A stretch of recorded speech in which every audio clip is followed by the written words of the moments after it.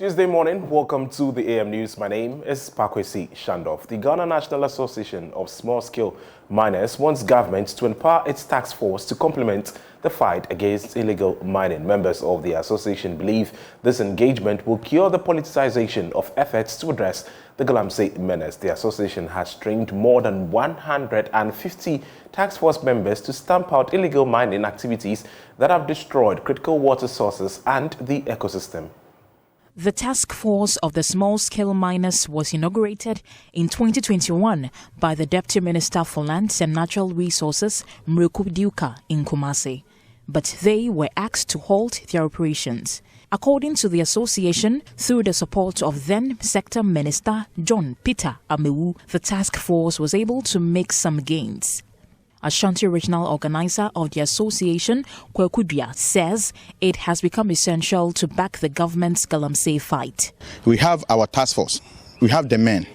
We know where the Galamseyers is, so we can fight them, and then it will successful fight, and then he will gain that achievement that he wants. If not, if he says soldiers, they will create mess. If our task force arrests someone who is doing illegal mining, that one is not politicized. It's not like a MPP or NDC. It's about the small-scale mining task force that arrested you. You are doing, unnecessary job. So that's why we are praying the government to help us and support us to fight this fight. We've done it with Professor Frimpong Boateng and then John Peter Amewu. John Peter Amewu support us. But so far as we are changing the sector ministers, each and every one have his own strategy. Yeah, so sometimes they just boycott us and then do their own things, but still there is no success. That's why now I'm pleading with the government just to look into us so that we can do it and do it better. Despite receiving training by government at the University of Mines and Technology, UMAT, most of small-scale miners remain at home because of the activities of the illegal miners. According to Kwekudua, burning of the excavators will not solve the Galamsey menace, but regular patrol on the red zones and strengthening of the community mining schemes. The small-scale miners believe their involvement will strengthen the community mining and ensure miners live up to expectations. John Peter Amewu just called and then tell us that they thank us very much because we fight the people that in the river bodies. Yes, that is a red zone. That is very important. Not burning excavators. That doesn't mean that we are fighting Galamsey. Yes, but to clear the Galamseyers, which are the water bodies, that is a fight that you are fighting against Galamsey. And then we sat with the government and we told Nana Dankwa Akufo-Addo just to open that community mining just to the Galamseyers to can get a job to do. He understood us and then open more community mining, but the only thing is that when they launch or they open that community mining, just give it to someone else.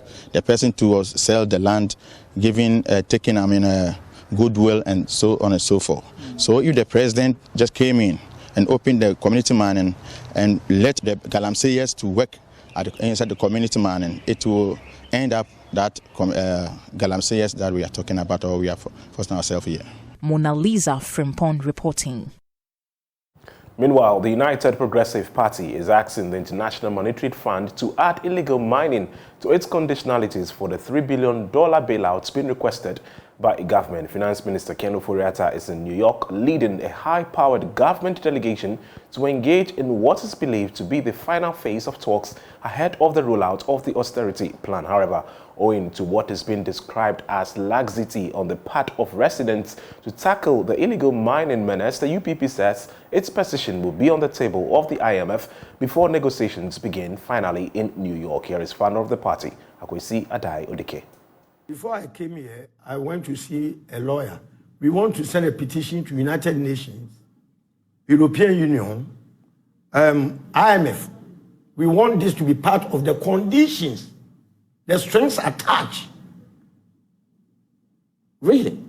To the bailout. Tell us about that. So you want the IMF not to give us the funds until what exactly? What are you looking forward to from the IMF? I am employing the IMF to bring Galamsey issues as part of the conditionalities to secure this bailout. This will push the government harder to take decisive decisions to mitigate this menace. Well, United Nations Security Council too must come in, because now you know the devastating effects. I mean what do we call it? The effects of illegal mining. Part of this is have security matters, right? No, health hazards. Right. Security. Now they are possessing a lot of weapons. Right. Apart from that, HIV is on ascendancy at these mining areas. And who is infecting the people there? Are you not aware that recently Ghana Health Service has come out with alarming rate of HIV/AIDS? Yeah, but why link that to Galamsey? The prevalence rate is more over there. You have evidence to back what you're saying? Of course. Secondly, it is contaminating our food, the tubers. You are sitting in Accra here, unbeknownst to you buy a yam which has been contaminated with cyanide, and you have kidney or any other infections.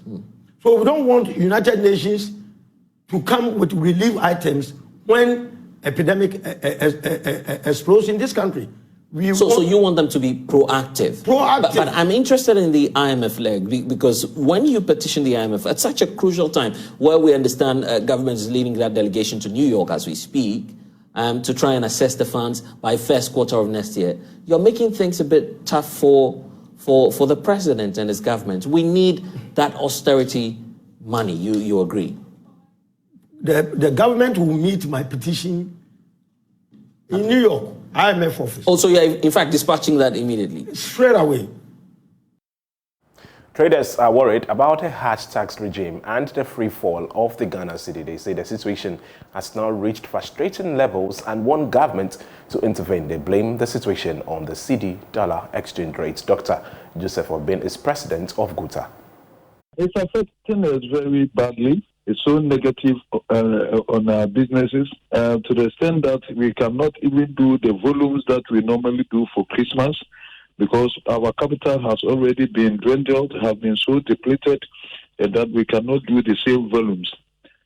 Our businesses are collapsing. So for Christmas, as you mentioned, it will not be the same as the previous Christmas, because the money is simply not there. We are told your colleagues in Kumasi, for instance, have shut down shops. I heard an earlier threat from your members also to do same. What exactly are we doing to get government to listen to your plea and your plight as well? Yeah, so this is a wake-up call. Those what our counterparts in Kumasi have done is a wake-up call. Last week, I hinted government that we used to express frustration. Now the frustration is giving way to anger. Most people are getting very, very annoyed with the whole situation, and we cannot contain it. And this is how the level that it has come. Whatever call that our members call us to do, and for government to listen to our plea, we will listen to them.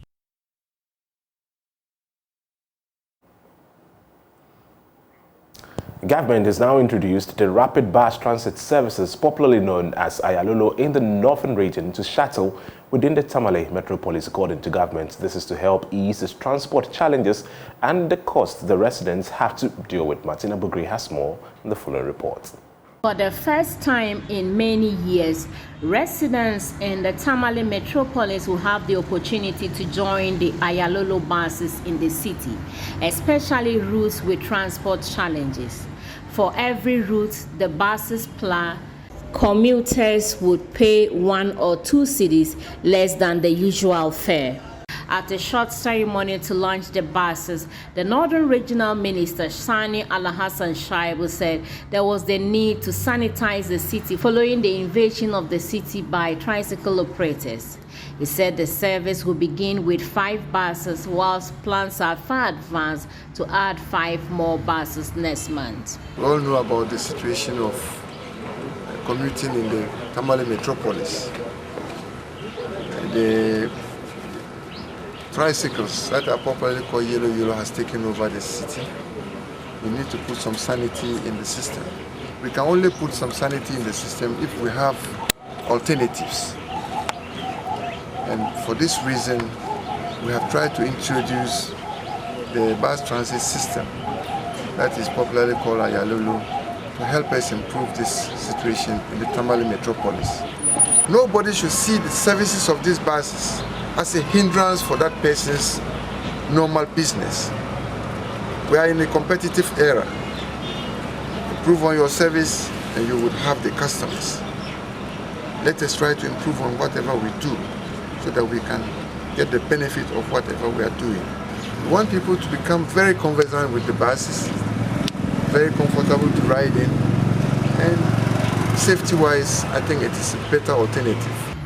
The branch coordinator of the Ayalolo buses in Tamale, Sahanunu Hakim Charlie, said they are putting in measures to ensure they give their optimum best. We want to do our best and the very best to deliver here in Tamale and to serve the needs of the people. The best is our hallmark, and then we are sure Tamale and the whole metropolis, and that's what we are going to do. All what we need is that we need the people to cooperate with us. He highlighted some of the routes the buses would plan. We have the central point at Tamale Central. We have point 7. We have one at Quality First, and one just under the interchange. There's one there. Along the routes, the other ones, I think the names are many now if I should mention, but they are properly arranged. We use the technical teams to distribute all these places. We look at the needs of the people and where they converge from, how they struggle to get the means of transport to where they work, their place of work and other things, and those were the things we considered. Now let's do some NSMQ. St. James Seminary, Drobo Senior High School and Sakafia Senior High School have booked a place at the 1/8 stage of this year's National Science and Maths Quiz at the Kwame Nkrumah University of Science and Technology. Manuel Bright Kweku has been interacting with the contestants.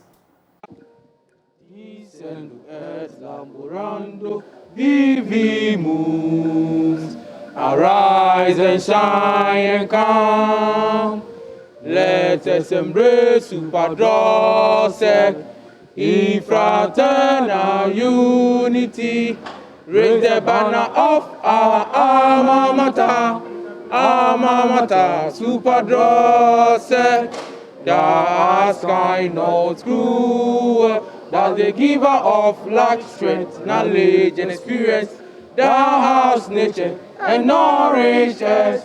Descendo et laborando, vivi moves. So these are the guys from Drobo Senior High School, just kicked out Archbishop Porter Girls. Sadly, they won by a point. Archbishop managed to get 32 and they won by 33 points. Feeling right now? Hey, marvelous too, marvelous. Everything. Hey, on God. Today, dear. Hey, Charlie. It's massive. It is unbelievable. How come school like us is by the grace of God, nothing else? So you are not expecting you guys to win?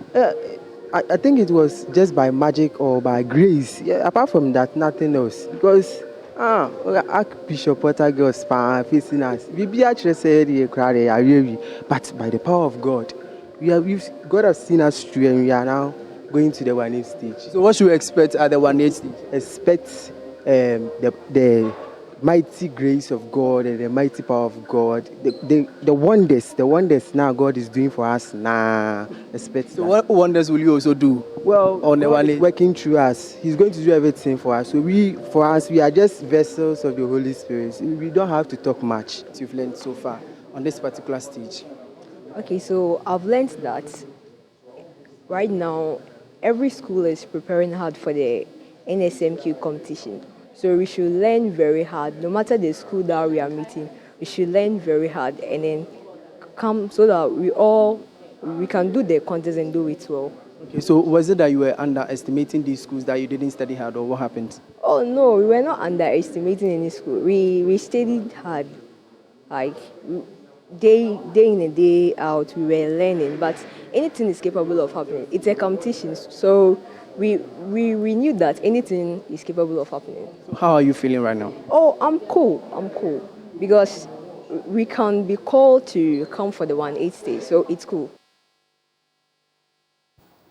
That's all for the bulletin. For more, log on to www.myjoyonline.com. My name is Pakwisi Shandok. The show continues. Do stay.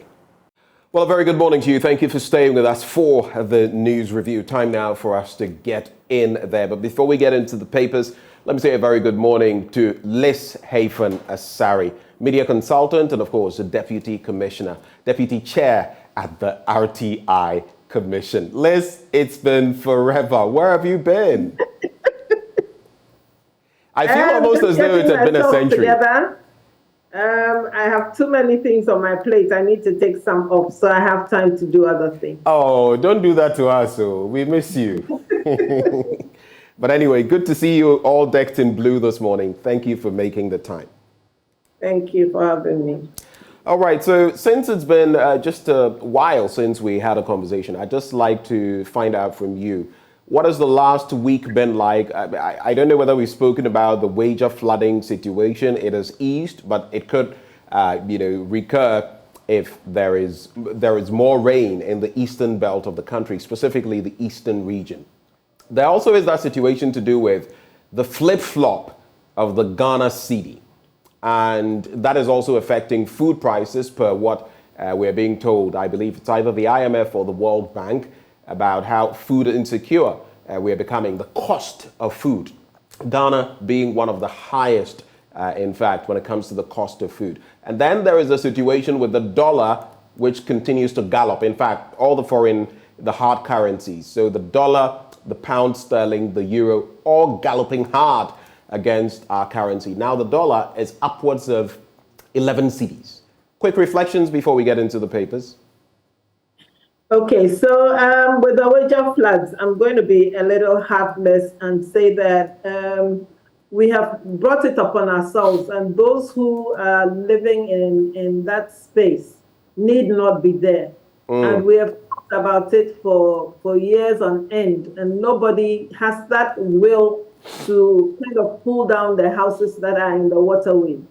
And so it will keep recurring. People will keep having to pack out, but when it dries up, they will go back.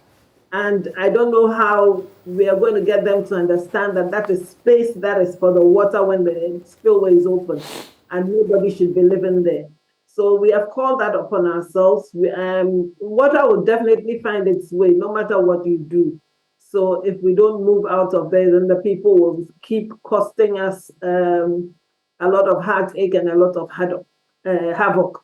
Because the moment it is spilled, we'll have to go in there, spend money to evacuate people. Even when you tell them to evacuate before the spillway is open, they are adamant. They don't want to move. I think that we need to learn from some of these things. We do.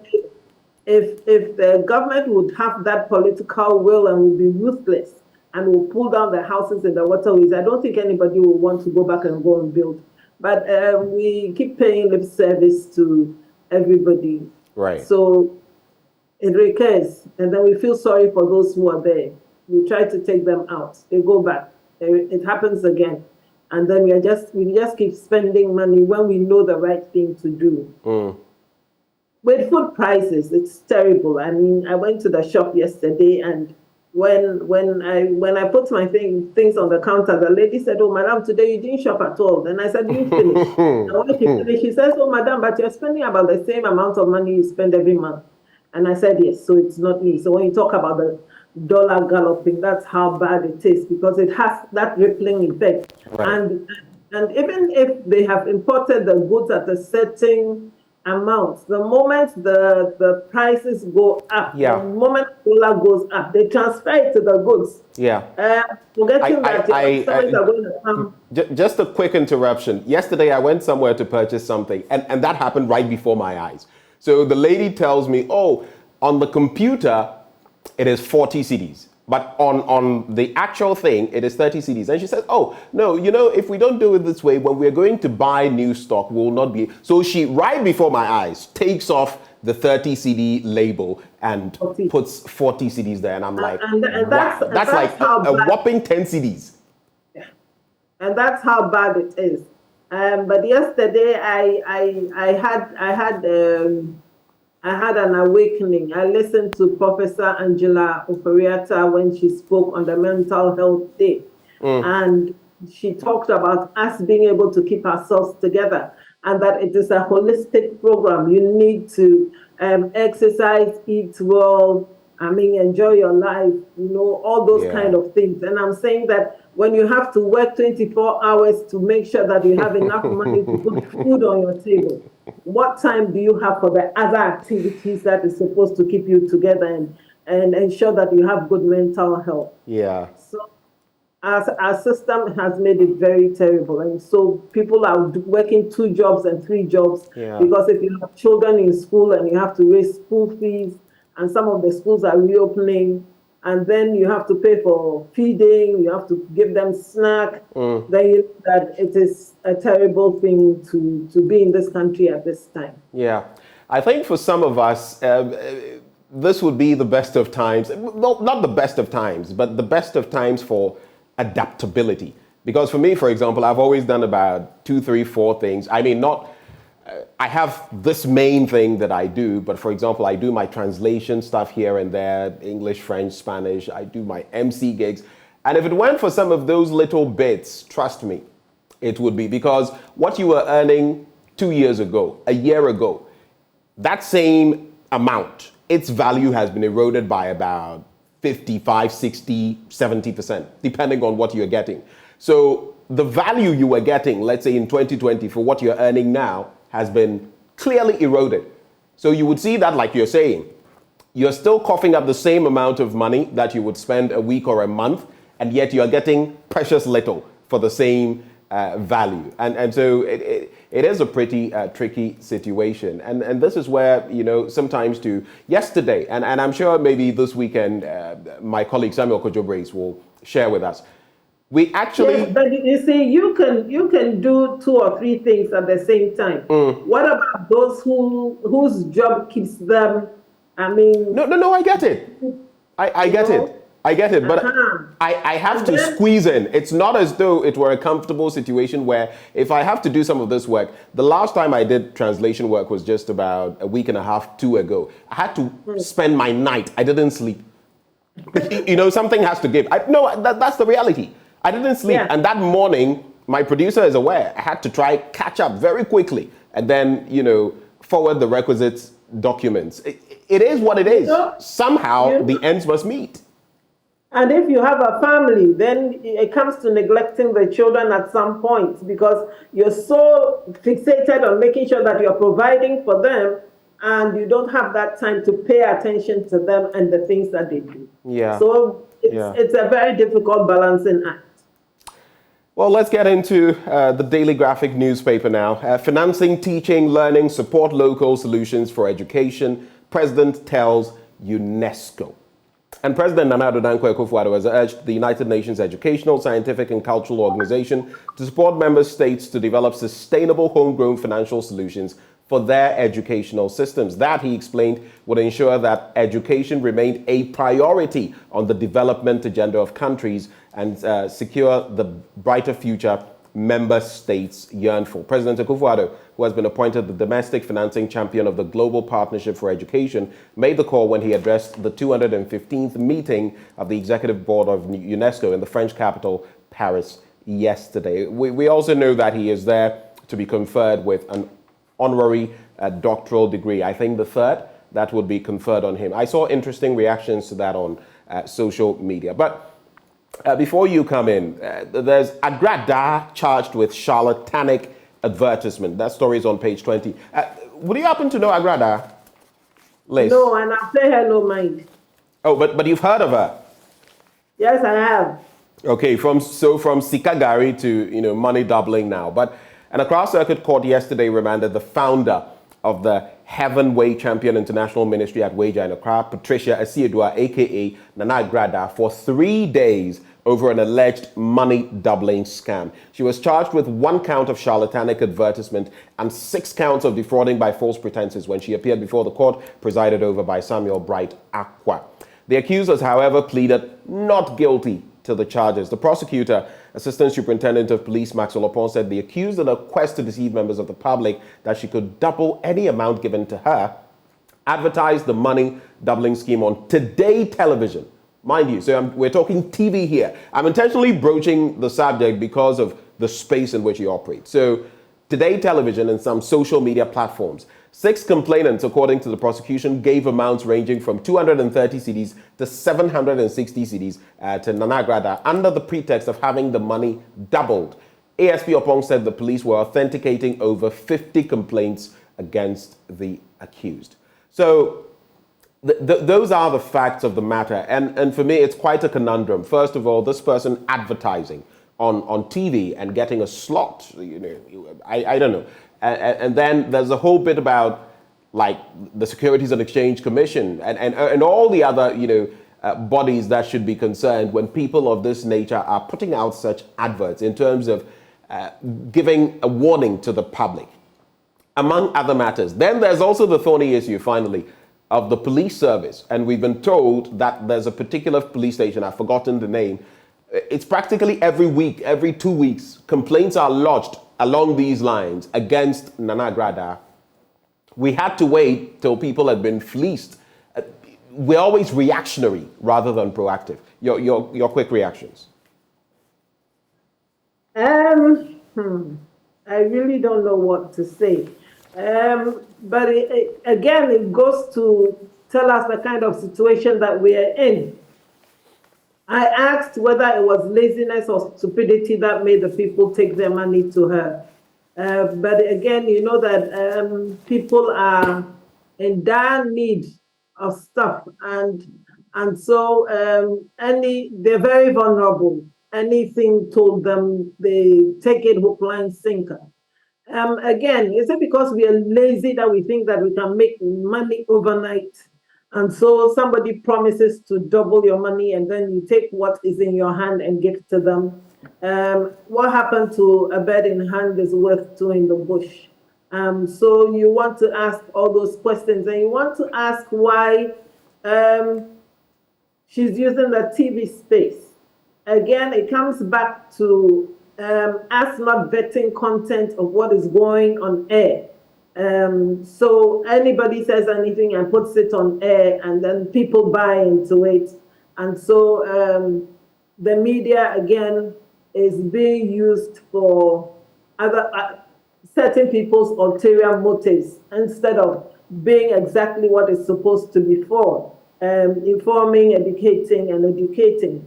And we are not doing much of educating. We're doing a lot of entertainment, and then some half cooked information sometimes finds its way through into the media. So the media needs to sit up. We need to be able to get our act together and make sure that we are protecting not only the media, but we are protecting the populace as well.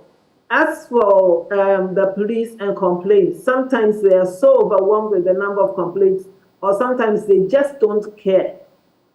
You know, sometimes you go and complain and then they make you feel like you being the victim turn out to be the accused because you have come to complain about something, and then they start questioning you as if you are the one who is supposed to have perpetrated what you're complaining about. So the police need to sit up. They need to do their work properly. We need to have more of the police being sympathetic to the people that they're supposed to be protecting and to the people who they're supposed to be policing. So if we have good police public relations, you probably won't have that many, excuse me, you probably won't have that many complaints in the society, because you know that you easily be reported. Right, Liz, I think we get the thrust of your thoughts there. A bit of a challenge with the connection. We'll get right back to her, but as and when we can hear from her again. On page 13 of the paper, two major stories, one very heartbreaking one. 4 dead, 10 missing in eastern region floods. You know, we told you about the Wager situation the last time, and one person, an elderly man who had lost his life, he couldn't outpace the water or the flood waters. Well, 4 persons have now been confirmed dead, with 10 others missing as a result of torrential rainfall, which flooded many areas in 5 municipalities and districts in the eastern region a couple of weeks ago. The deaths occurred in the New Joabin South and New Joabin North municipalities, and also in the Achimansa and the Denchembour districts, while those missing were from the Nsawam Eduajiri municipality. This was disclosed by the Eastern Regional Director of the National Disaster Management Organization, Kwame Appiah Kodia, yesterday. Mr. Kodia, who was updating the Daily Graphic on the situation, said it was unfortunate that the floods claimed human lives, with 10 others missing.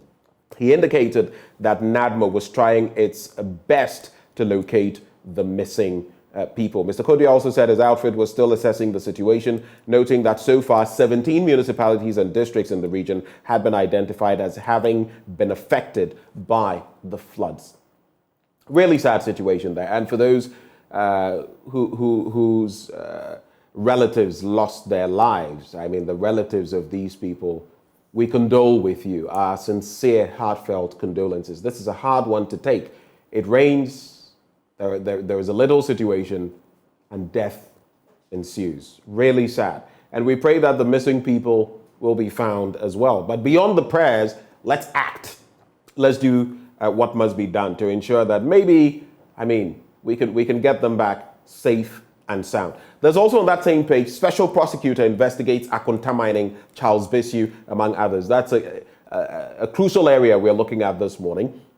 And Akonta Mining Limited and a former secretary to the Interministerial Committee on Illegal Mining, Charles Cromwell Nanabinyin Bissiu, have been cited for investigations by the Office of the Special Prosecutor in suspected corruption and corruption-related offenses connected to illegal mining, aka Galamsey.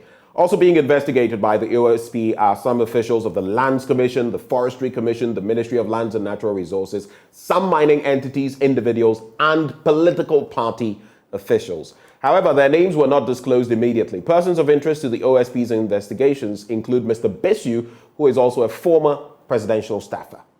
A statement signed by the Special Prosecutor, Kisia Jabing, and issued in Accra yesterday, said Mr. Bissiu was already being investigated on allegations that he used his office for private gain. The investigation, quote, includes the active and ongoing inquiry into allegations of use of public office for profit against Charles Bissiu during his tenure as secretary to the IMCIM. As I have said countless times, that money was not so this is Bissiu reacting here to a recent release by Tiger Eye, and he reacted that, he was not culpable, that he had nothing to hide. But now the special prosecutor has taken it up. And in that reaction, Charles Bissiu says, as I have said countless times, that money was not a bribe, and I did not make any demands whatsoever from any operative or beneficiary of illegal mining while I served on the IMCIM, he said in a recent statement. You would recall, though, that in July 2019, the Criminal Investigations Department of the Ghana Police Service, and it was interesting how they swooped in. They exonerated Mr. Bissiu from any wrongdoing or allegation of corruption, which took a lot of people in the media and civil society by surprise, based on what we had seen. The CID concluded that the documentary which aired was not a true reflection of what transpired between Bissiu and one Yao Ben of ORR Resource Enterprise. Later on, there would also be talk by Mr. Bissiu and others of the fact that someone had been dismissed or so within the organization, and this person, there was some bad blood, and this person had singled him out for that, targeting him for that. Anyway, let's get into some other stories in the middle spread of the paper. Do we have Liz Hayfanasari back? All right, so we'll try to get Liz back. Liz was talking about World Mental Health Day. There's a quick story on that here. It has been commemorated in Accra with a call on the government to give priority to the mental health of the people. I think this call couldn't be any louder, especially in these times where people are going through all kinds of turmoil. Look, it appears COVID-19 is on the loose, on the prowl again. We're talking about it this morning. People will be a little unnerved, anxious. There's the economic situation. There's everything going on. And the mental health, mental state of people definitely will be affected. Unfortunately, not much is being done, as always, when it comes to the mental health of people. When you even look at the statistics, when it comes to psychologists or it's psychiatrists in the system, I think it's about 1 to 1 million people also in our country. When I think in highly developed economies, it's 1 to about 10,000. On average, looking at where we find ourselves, it should be about 1 to 100,000. For us, it's about 1 to 1 million. And obviously, it means, look, we are in severe straits when it comes to this. But the day was commemorated on October 10, and it is to raise awareness of mental health and the need for stakeholders to support the sector. There's also this heartbreaking one. 7,699 children tested positive for HIV in 2020.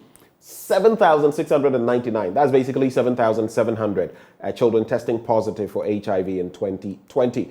And that is the latest data that we have. And the new infections in children of the same age group in 2021 were 443. That's stark. Maybe finally, before I go back to Liz, who has joined us again, financing climate crisis, main agenda at COP27. COP27 is happening in Egypt, specifically Sharm el-Sheikh, in November, between the 6th and the 18th. With less than a month to the UN Climate Change Conference, COP27, watchers of the climate crisis space say the issue of climate financing will be on the front burner, especially for developing countries, when the world converges on Sharm el-Sheikh in Egypt from November 6 to 18 this year for the event. According to them, that was necessary to avert, minimize, and address loss and damage associated with climate crisis. Liz, so what you missed? We're talking Galamsey, whether the special prosecutor is investigating organizations, people in political parties, among others, who have some tainting, so to speak, when it comes to Galamsey. Then there is 7,699 children who have tested positive for HIV in 2020, and again, new infections in children of the same age group in 2021 being 443. Quick reactions? With Galamsey, I think that is long overdue. I mean, we have seen that we've left it a little too late, so we have a lot of devastation. But I think the state agencies that be are the ones who need to work on it. So if the state prosecutor has started, I think that it is a step in the right direction. And he shouldn't leave anybody out. Everybody who has been fingered must be investigated, and those who have to be brought to book should be brought to book. The HIV/AIDS, it would have been interesting to see what the breakdown is. How did they come by contacting HIV? Are all of them through birth, or there's some that resulted through medical means? Did they have to go to the hospital? So let me give you some answers. According to Dr. Stephen A.C. Addo, he is Programs Manager of the National STIs and AIDS Control Program. Just quoting him here, I'm sure this should answer some of your questions. In fact, of the 14% of mothers whom we have tested and are positive, we are finding their children to be positive, which means that they were left unnoticed. That's the first point. And secondly, we dug further and realized that some of those mothers did not go to ANC, and so they did not receive the treatment to prevent transmission to their children. That is antenatal care. So it is clear then what happened. They didn't go for antenatal care, and then the transmission happened, because then they would have been given the right antiretrovirals to prevent passing on to the children. So then how do we get this group of people to start going for antenatal care? Because I'm sure there are many outside who are not going. What kind of education is going out? We used to have community health nurses going out into the communities. Do we still have them? Are they still educating mothers on how to protect their children from getting HIV when they're pregnant? So we still need a lot more to do with HIV and AIDS. We probably are not taking the bull by the horns. So people are getting pregnant. And again, because we have put a stigma on HIV AIDS, I'm sure that these people will shy away from health institutions or from the public or going to the hospital, because the moment you see, the moment they get to know that you're HIV, you're treated with some disdain, and people don't like that. So we need to get our act together, not only as the health sector, but as the population, know that these are part of us. It's unfortunate that they have come up with HIV, but we don't need to shun them. We need to rather love them and treat them with more care, as well as protecting ourselves. I mean, you won't get HIV by touching somebody or by hugging somebody. So we need to know how to make them feel comforted and make them feel comfortable, and maybe then we'd have less people having the mother-to-child transmission when it comes to HIV and AIDS. On the back page of the Daily Graphic, make or break affair, and guess who is leading the Celeste, if you like, of Uruguay? It is none other than Luis Suarez, and they'll be locking horns with us, of course, in the Mundial, the World Cup in Qatar. But the Ghanaian team has said that this is not a matter of revenge. They're just going to face the match and do what must be done. Let's quickly get into the Ghanaian Times newspaper now. Other stories we've already looked at. Let education be our priority, according to President Akufo-Addo. And there's also government encouraged with progress on IMF negotiations. Story on page 28. There's also the bit about the OSP probing Galamsey. But let's get into that story on page 28. The government says it is encouraged with the progress so far made in its negotiations with the IMF for a loan support for its homegrown economic program. The loan facility is to help Ghana navigate through the current economic hardship and improve its fiscal balances sustainably.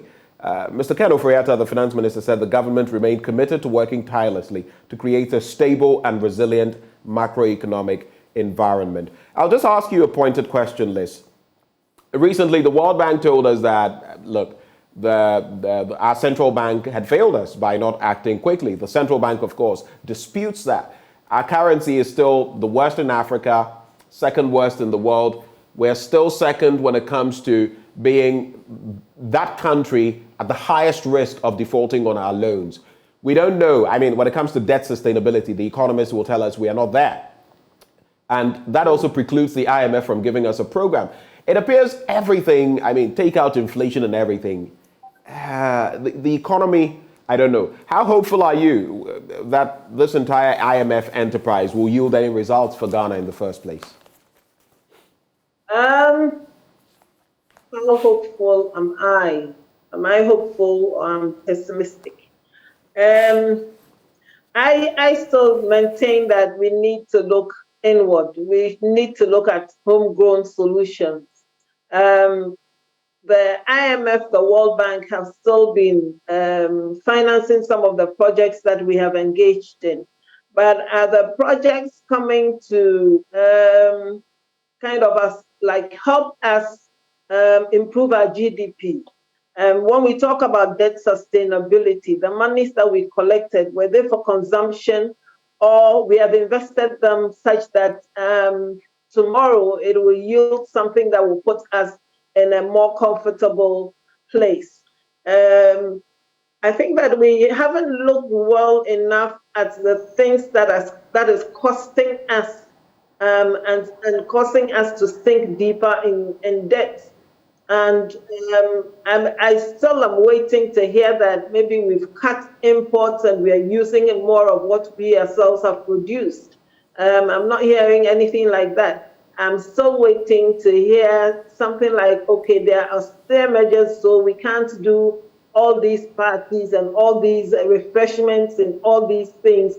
We'd rather save the money to use for more important things. I'm not hearing any of that. I'm still seeing long convoys of vehicles when it's either the vice president or the president. And right now, even some of the regional ministers, when they're going out, you see them with all kinds of convoys, and you're asking yourself, how are we taking steps to ensure that we are saving money instead of spending it recklessly? Right. And if this is done, then we definitely are not going to be out of where we are anytime soon. Let's quickly do the daily guide. In some 3 minutes, Liz, we should be wrapping. There are some stories we've looked at, but others, OSP chases BSU, Akonta mining, Agrada caged for fraud. Let's prioritize education, Eko-Fuado. There's Jomoro, MP sweats in court. That story is the banner headline. But the one I'm going to focus on, e-levy rakes in 328.8 million Ghana cedis. Story on page 6. So the electronic transaction levy, commonly called e-levy, has raked in 328.88 million Ghana cedis as at September 2022, the GRA has announced. According to the Commissioner General of the Ghana Revenue Authority, Reverend Amishadai Owusu-Amwa, on month-on-month basis, the country continues to see a 20% improvement in the collection of the levy. Quoting him, he says, electronic transfer levy. We commenced the implementation of this levy in May 2022. Revenue from the e-levy as at September 2022 amounted to 320.80 million. It is worth mentioning that on a month-on-month basis, we continue to see a 20% improvement in collection of the levy. It is therefore our expectation that this will continue and improve domestic revenue generation to support government's expenditure. He also disclosed that the GRA had acquired a USSD code that would allow every Ghanaian to check on their tax compliance status. I still retain my position on the e-levy, though time and again I have to, enact transactions that will ensure that I get taxed. But I see a lot of people averting that in different ways. And I do not know whether our government still is listening to the people with everything we have to face on the back of this e-levy thing. I don't know what your thoughts are, Liz. If they talk about month-to-month improvement, what was the projection in the beginning? What did they project? 4 months down the line, you're kind of like patting yourself on the back that it will get better. When you put it out in the first place, you expected that everybody would embrace it. And like you're saying, people are always finding ways of working around it so they don't end up paying the levy. Nobody likes taxes, but if the tax is one that is pretty troublesome and people do not see the need for paying tax on that amount of money. And I keep saying that it can be one sum of money that is taxed several times. And why are you doing that? Does it really make sense? So if I send you money and they charge me e-levy, when you send money to somebody, they charge you e-levy. And it's the same money. It's nothing new. So I'm adverse to it. I'm caught like you sometimes because you need to send somebody money in a hurry. The person is in a dire situation, so you end up using it. But then again, I think that, like you said, the government is not listening. If it was listening, we probably would be way ahead. But it's not listening, so it's decided that that's what it wants to do, and that's what it's doing. So if it's improving month on month, maybe, but in what areas? I don't think it is countrywide. I don't think it has been embraced by everybody. So I think that they should not be too quick to be too happy that they're seeing an improvement on it. Well, we do know that the data that came in after the first few months pointed to the fact that we're raking in actually less than 10%, something around 7% of what was expected. So that gives you a fair idea, from 6-point-something billion projected to 4.9, and then to some hundreds of millions, around 500, 600 million instead of what we had projected. So we still have a long way to go, even if we continue on that trajectory. Just to wrap the conversation, the final newspaper, 3 police personnel cited for contempt in cantonment land litigation case. Savannah region has developed more under the NPP. That's according to Dr. Bawumia. There is also Economy Times. Cost of credit to go up as Bank of Ghana hikes policy rate. It means if you go to the bank for a loan, you know what to expect. Ghana's trade surplus hits 1.7 billion American dollars. And finally, graphic business. Let's share burden. Oforiatta, that's the finance minister, hints of austerity in race to stabilize economy. When you hear of austerity, then you know that it is coming. Quick thoughts on this, and it's a wrap, please. The Savannah region, I think that a lot more should go into the Savannah region. It is a region that has prospects for helping with food security, but they lack the kind of infrastructure that they really need. And so we should pay a lot more attention. And I think that it should not be lip service. We are always paying lip service. And so if we pay attention and go that region, it would help us, especially when it comes to cereals and grains. When we talk about austerity, I chuckled because I'm thinking that all of us should get involved, but who are those who were enjoying or who are those who were overspending? Who are those who were living it up instead of being prudent and being down to earth? But again, it affects us as a country, so everybody has to put in some amount of hard work and concern. But if anything should happen, it should happen from the top. If they start cutting their coats according to their cloth, everybody will fall in line. If they don't do that, then people look at them and say, well, you want us to cut our coats according to our cloth, but you are not. Oh, no. Oh, no. Oh, no. I wanted her to make that final point. But at least one thing that will stay with me, even as Liz takes leave of us, cut your coat according to your cloth. I hear a lot of butchering of that expression. Cut your coat according to your size and everything. You hear politicians, academics, everybody say it. So that's the right thing she said. You cut your coat according to the cloth that you have. At least if you didn't know, now you know. Right before we get into sports, happy birthday to Akosua Efriye of Kaswa Iron City. It's from Gideon Boachi, a.k.a. Libya. Been to Libya before? Anyway, happy birthday to you, Akosua Efriye. And from the rest of us here, we wish you the very best in life. On that note, we get into sports. Lots of action coming your way. Do stay. It is a weekend where Accra House of Oak return to the stage where they've always been known for. But unfortunately, in the last 15 years, they've not been able to make their presence felt. And a legend of the club is worried. And Ghana Black Meteors will also be in action as they seek to qualify to the Africa Under-23 Cup of Nations to be staged in Morocco next year. We'll be hearing from the head coach of the team, Ibrahim Tanko, and also UEFA Champions League tonight. We have live commentary on Joy 99.7 AM show here with me, Muftar Nabila Abdullahi. From the camp of Accra House of Oak, former legend of the club, Ismail Ado, has expressed worry over the club's slump in form in Africa's interclub football competitions. The Phobians must overturn a 3-0 deficit against AS Bamako to advance to the next stage of the CAF Confederation Cup.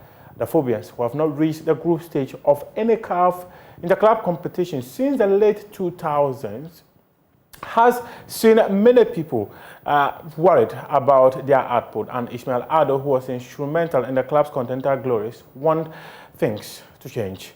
You sit back, you put the team up there, and then you left with the idea that they will be better than where we actually put the team at. I rather seeing that the team keeps, coming down, like keeps dropping and dropping and dropping.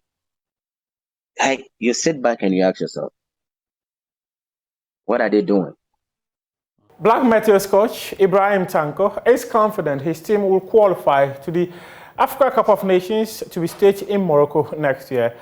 Ghana will face Mozambique next week in the second phase of the qualifying round at the Cape Coast Sports Stadium, and he's hopeful of a good performance. It is a team that is in transition after participating in the CAF Women's Champions League, which was the maiden edition put together by the continent's football governing body. Last year, this club failed to defend the Women's Premier League, a competition they have dominated over the years. I'm referring to no any other club than Hazaka's ladies. This year, their head coach, Yusuf Basigi, is very confident that the new signings that have been brought on will make the team very competitive and that opponents will be afraid to face them. This season is not going to be an easy task. But as and when the league is progressing, we'll be able to make amends. Like you rightly said, it's transitional period for us because we have quite a number of players that we have brought on board, about 11 new players. But we are blending well, and the moment they start gelling, it will be extremely difficult for any team to stop Azake's ladies. And we are going to make sure that we hold on to every team from now till the time we are good to go. So I think that we can see the likes of Faith ladies, Army ladies, and others doing very well. But it's early days yet, like you said. So until maybe we get to the third and fourth game before we'll be able to testify where the direction is going. On October 15, it will be recorded as the World Squash Day. 4 garrison officers Mesh Squash Club in Kumasi over the weekend defeated Achimota Squash Club by 4 matches to 2 at the 4 garrison officers Squash Club court. Love FM Stephen Zando was at the event and comes through with this report. Let's have a good game. With your partner,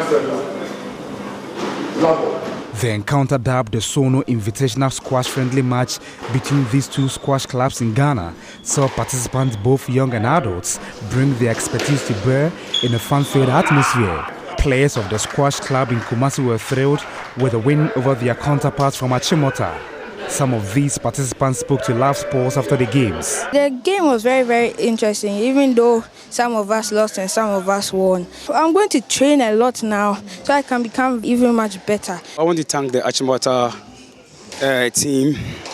Now, we came here very good. I think we played a very good squash today. We, Achimota, we lost the game, but I think next time we'll make sure that when we go to Takoradi, we are going to win. Captain of the 4 garrison officers Mess Squash Club, lawyer Francis Kofi, was satisfied with the organization of the friendly event. Good for us as the 4 garrison officers Mess Squash Club and the host. We won by 4 games to 2. And then also you saw the kids play as well. This is the first time ever that they are taking part in any tournament in Ghana for the kids. So for us, it's a very, very successful program today. The game featured some notable personalities, including Ghana Bar Association President Lawyer Yao Boafo, who served as the umpire of the games. He's encouraging everyone to join the squash club, especially for exercising. Squash is the best sport to exercise with. It's very good cardio. So it was good. I mean, we'll be going back to Achimota very soon. And I know that they'll be expecting to revenge when we get there, and we'll go to second D. But I mean, the 4 garrison squash club is the best squash club in Ghana by far. We have the best court, actually. Anybody who wants to join us can join us. Kwame Osei Prempe is also the vice captain of the Officers Mess Squash Club. To the English Premier League, Nottingham Forest moved off the bottom of the Premier League table with a hard-fought draw against Aston Villa. The result ends a sequence of 5 consecutive defeats for Steve Cooper's side, who moved up to 19th in the table, a point above Leicester and 4 behind Villa, who remain 16th. That's AM Sports with me, Muftao Nabila Abdullahi. But before we go, the Confederation of African Football has sent an email to the class that participated in the first ever CAF Women's Champions League, and they have indicated that there was no money made available for the competition, so the clubs that participated will not be given any money. We have a copy of that email, and we'll be publishing details of the exchanges between some of the clubs and CAF on myjoyonline.com. We appreciate your company. Thank you for staying with us on the AM show. And even as we kickstart our big stories, we want to share that hashtag with you. No to Galamsey. No to Galamsey. And that gets us into our very first subject. The special prosecutor is investigating public officials over alleged involvement. We'll be bringing you some details of that, as you can see in your shot. And that press release, illegal mining. The Office of the Special Prosecutor, as the statement says, has commenced investigations into suspected corruption and corruption-related offenses in respect of illegal small-scale mining. The investigation targets some officials of the Ministry of Lands and Natural Resources and the Forestry Commission. It also targets the activities and expenditure of the dissolved Interministerial Committee on Illegal Mining, especially in respect of the seizure and management of excavators, machinery, road vehicles, and gold nuggets. The investigation includes the active and ongoing inquiry into allegations of use of public office for profit against Charles Bissiou during his tenure as secretary to the IMCIM, arising from an investigative documentary titled Galamsey Fraud Part 1, published by Tiger Eye PI. The investigation further targets the activities of Akonta Mining Limited and other companies, nationals of foreign countries allegedly involved in illegal mining, and allegations of corruption and corruption-related offenses against some municipal and district chief executives and political party officials. It is signed by the Special Prosecutor, Kisi Ajabing. Alrighty, so now you know, in case you hadn't seen it, those are the details, and quite a wide reach when it comes to those who are impacted, even those who have some clothed with political power who have been cited. And you know that in the recent times, we have the Western region situation where the regional minister, we're talking about a member of parliament, Takwan Suayem, we're also talking about the MCE, all pointed to when it comes to Galamsey. They've been on air interacting with us and denouncing the claims, but we're fact-checking all of these to find out where exactly the culpability will lie.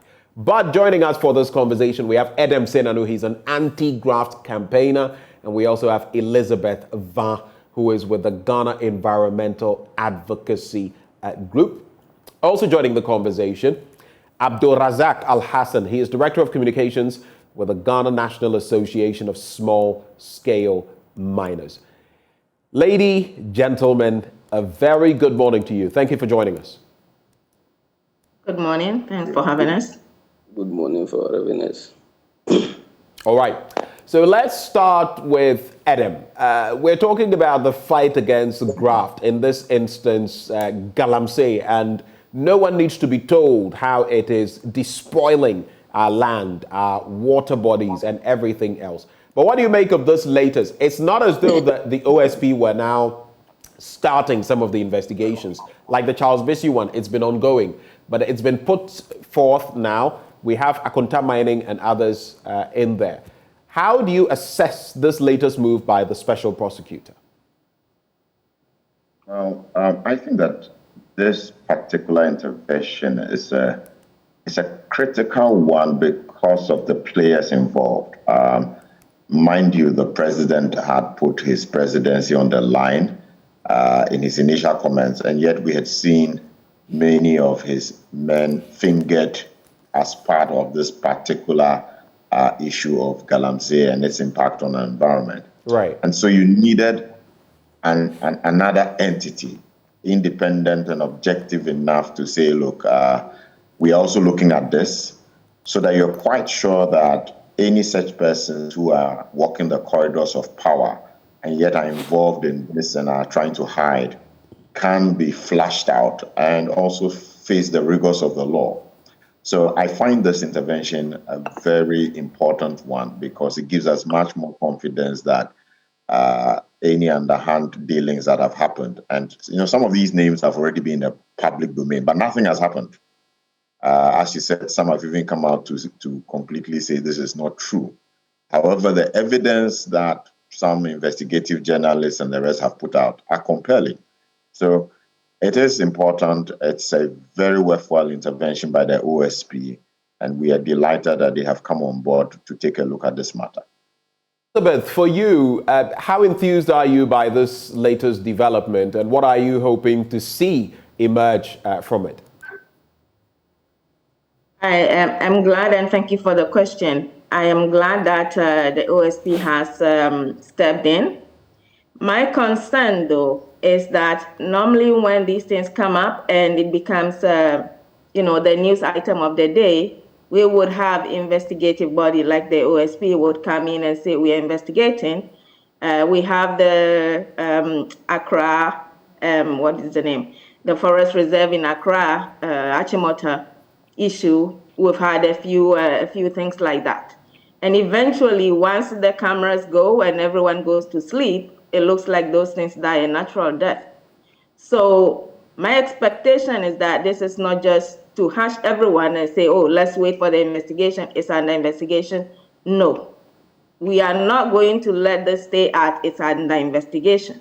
I think there are a number of things like the Akunta mining issue that we need the police to intervene, even if the investigation is going to go on, because there is good evidence that there's been some criminality here, and the police have to be able to do their work, even as the special prosecutor does his investigation. We're excited for it, but it shouldn't be the be it and end all. We have to get to the bottom. Criminals need to be arrested, just like Agrada was arrested. A criminal has to be arrested, and then investigations can go on side by side. But this shouldn't shut us down. We have to keep on till we get to the end of it. Interesting submissions there. I'll also take that of Abdul Razak Al Hassan in this regard. The fight against Galamsey is on, and the hashtag is no to Galamsey. But how do you assess, as someone who is in small-scale mining, you speak for this group, how do you assess this latest move by the special prosecutor?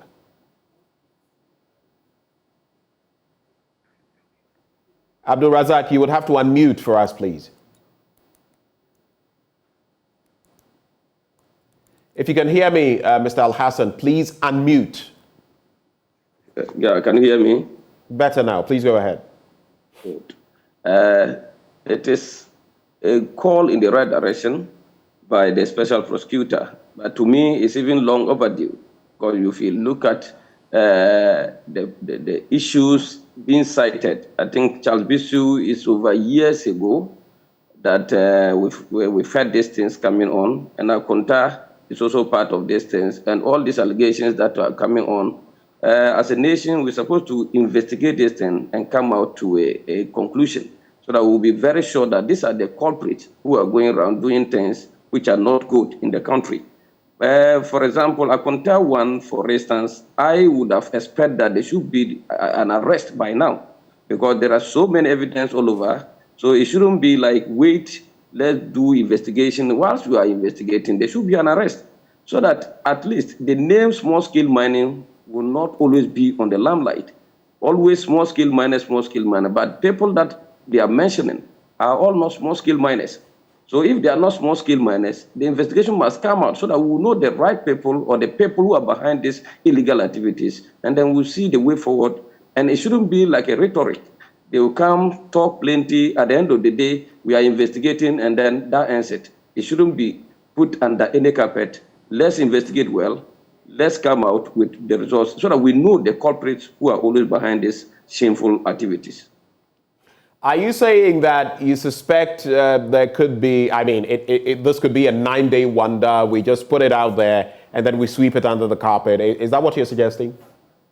I wouldn't suggest, but it is something like a norm in this country.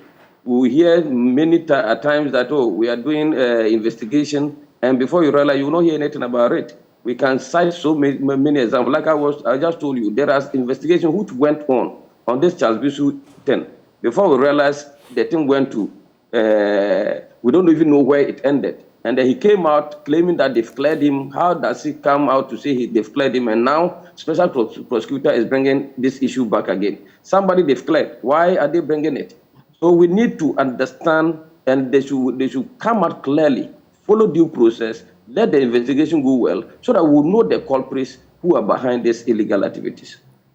That's an interesting point you make, and I'll put that back to Elizabeth as well. Do you find it also curious? Because we know that in that instance, the Ghana Police Service, the CID, if I am not mistaken, cleared Charles Bissue of any wrongdoing.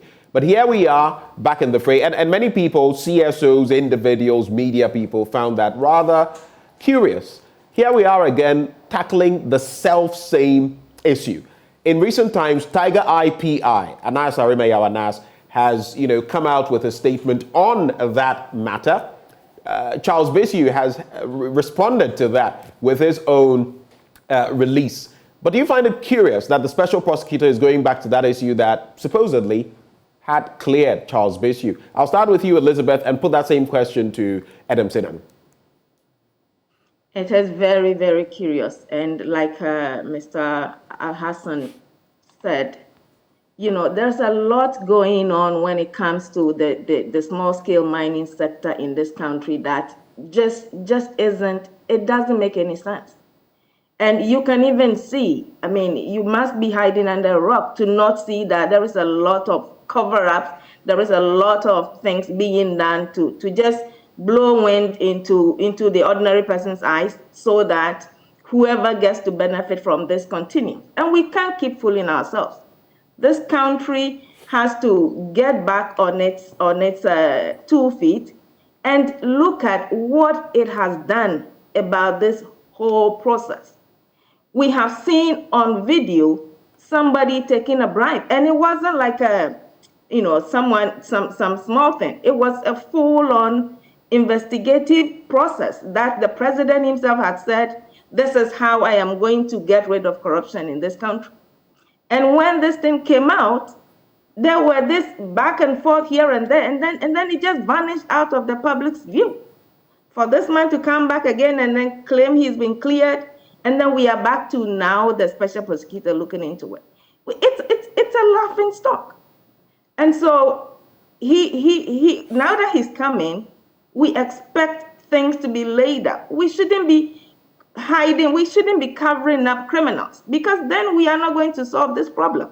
But this is an existential problem that we face. Every time that it's come up, it's been worse than before. And if we keep on doing this, we'll get to a point where we will not be able to reverse any of these. I'm sure we've even gotten to that stage. So we shouldn't keep fooling ourselves, and officialdom shouldn't think that they are fooling us, because at the end of the day, it's Ghana. We all have only one country. And if we keep doing this, there'll be no one left at some point. We have to come clean, be really committed to getting to the bottom of these things, and keep away the criminals in our midst if we want to save our country. Do you ever get that feeling that those in authority, the powers that be, feel they can fleece us, deceive us? I mean, from the rhetoric, from what you're saying, do you get the impression sometimes that the attempt is made to pour sand in our eyes, so to speak, just to ensure that we don't see the right things? Oh, I think right now there is no attempt even to pretend. They know they are fooling us, and we know they are fooling us, because you can see it all around. When you go to some report right now, the people, the people who stood up for their community, they are in hiding because they are the ones that the local police is after. Okay, the criminals that invaded their place and then took over and made their lives miserable are still walking about very, very confidently. Now look at Agrada. Okay, this woman, whatever crime she's committed, only affects the people who let themselves be scammed. She has been arrested by the police. So if you look at the two crimes, which one has a more intergenerational impact? So you can see that where officialdom is involved, there is every attempt made to make everyone seem like nothing matters. And then when the least thinks, that's what they run after. So you can see when it comes to small-scale sector, there is a lot of attempt at every level to make us, the population, look like we don't know what we're about. And this is why I make a plea to everybody in authority in this country, the IGP, the very Mineral Commission, everybody. This is an existential threat. So don't be worried about oh, you're going to lose your job or you're going to be transferred. Do it like you're doing it to save your own self and your future, because that's where we are at this point. Where we are at this point. Let me bring in Adam Senano. So your quick take, the level of curiosity, do you find it very odd that we've ended up here? We're going back to the Charles Bissiou and other matters outstanding. We'll get into the others. How curious is it that we've ended up here? And do you share the sentiments of Elizabeth when it comes to the will of those who walk the corridors of power in terms of bringing to bear what must be done? Thank you. I think that my favorite quote from Elizabeth is, officialdom think that they are fooling us. They think that they are fooling us. They're fooling nobody. I mean, we can all see exactly what is going on. And let nobody think that coming and posting on TV or on radio and saying I didn't do anything after we've all seen the video clips, you are convincing any Ghanaian. You are not. I think the only thing is that how angry have Ghanaians been to respond to this collectively? And hopefully we are getting to that point because we understand the implications for the future. It is absolutely telling that after all these groups, these other institutions of state have said that they've investigated and cleared the man, the Office of the Special Prosecutor says, we are going back to that issue. And the way the office works, unless you have sufficient credible evidence, which you think you can get to court and get some kind of ruling on, they are unlikely to stick out their necks. With the background to Mr. Martin Amido's performance, the number of times he went to court and the cases didn't go too well. That office is now very careful before it takes up issues. They do quite a bit of background work. So in my mind, they obviously know that they have their foot on a stone when it comes to this issue. And for that reason, all of us need to keep our eyes on them, to keep reminding them we want to hear the final conclusion of the matter eventually. Let the Charles Bissious of this nation and others continue to posture, but let the rigors of the law take effect so that we can't have people just thinking that they can rape this nation, ruin the environment, and get away with it. I think this is a very important issue that the OSP has taken up. Now, looking at the number of people that he cites in here, he's talking about Akonta mining as well. Elizabeth, we've spoken about Akonta mining and what role they have played in the Nimri Forest, the Samre Boy area, how they should not have gone. In fact, courtesy of Abdul Malik Kwekubaku, we've looked at the trajectory of what happened and how they should not be in the forest reserve in the first place, but they have been there. Then there are others, individuals, foreigners who are dabbling in Galamsey when in fact they have no business being in that. Then we have political actors as well. For you, is this the scope? Is it too big? I'm looking at it from the standpoint of there are so many people involved. And even on the issue of Charles Bissiou, we didn't get anywhere. Is the scope not too wide, Elizabeth? Before I go back to Abdul Razak. Well, I was even wondering why the Minerals Commission wasn't included. The scope, well, he's bitten what we expect him to be able to chew. Again, what we need to keep in mind is to make sure that this isn't sand thrown in our eyes so that we can all cool off and wait thinking that something is being done. The OSP, we are looking up to what he's coming up with. I don't expect him to have cast this wide net if he wasn't sure of what he's covering.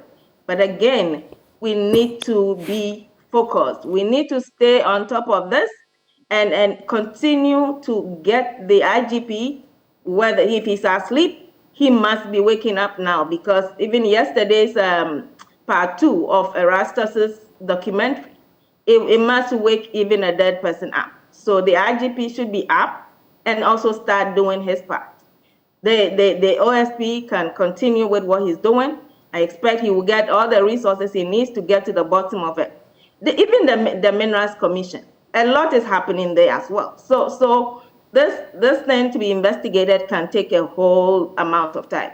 He needs to make sure that he's up to the game, and he shouldn't think that this is just going to be a way for some of us to go to sleep. We are not. We're going to stay on this thing until we have a good reason to believe that our forests and our rivers are safe and our people are.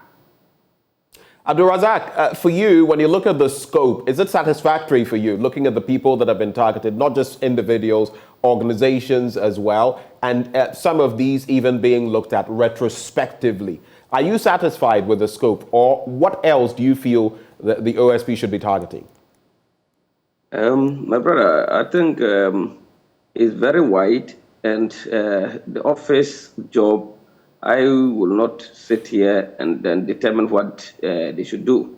But if you look at the scope, how they've widened it, I think they know what they are about, and they are ready to tackle the issue. Like my sister said, I think there should be more resources available for them to do this investigation to the latter.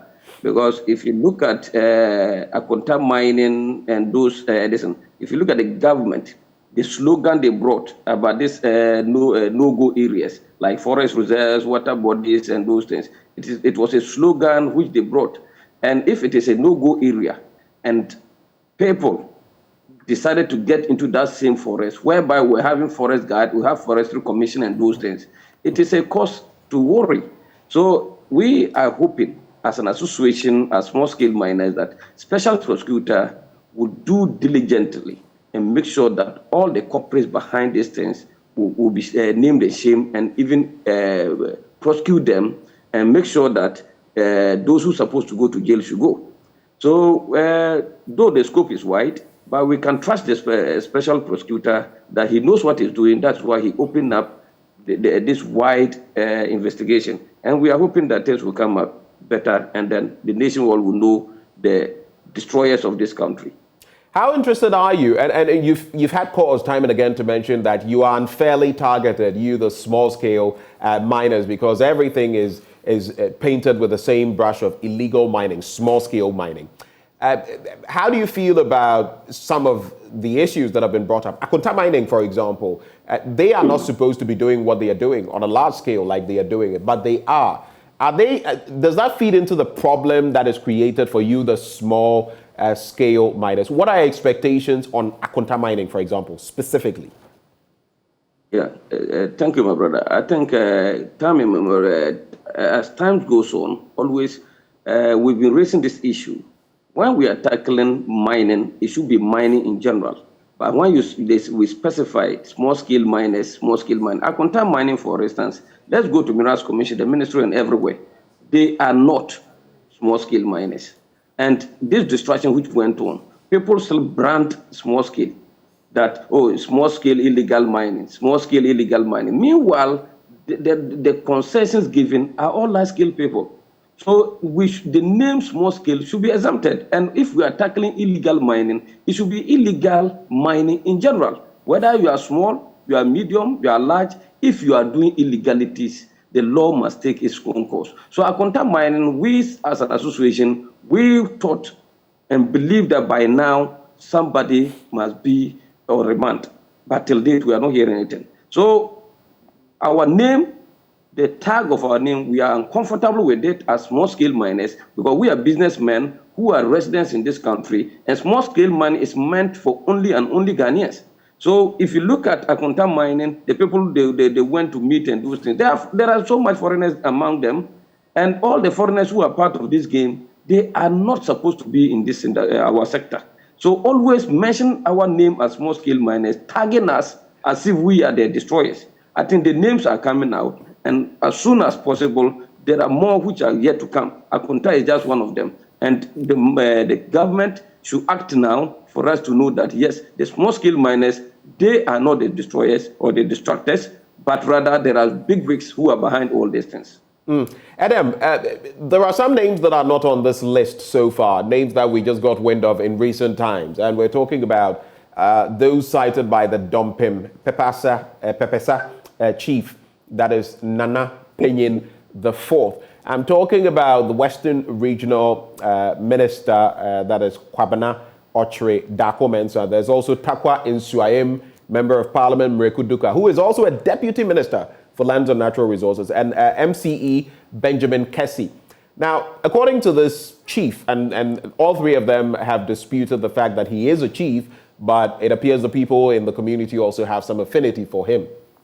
He makes mention of the fact that he is trying everything, even at the threat of his own life, to prevent the sort of degradation that is happening in his community, Takwa and Swayim, and actually points to three crucial people who should be, fighting this. The DCE, the MCE, who should be in charge of the MUSEC.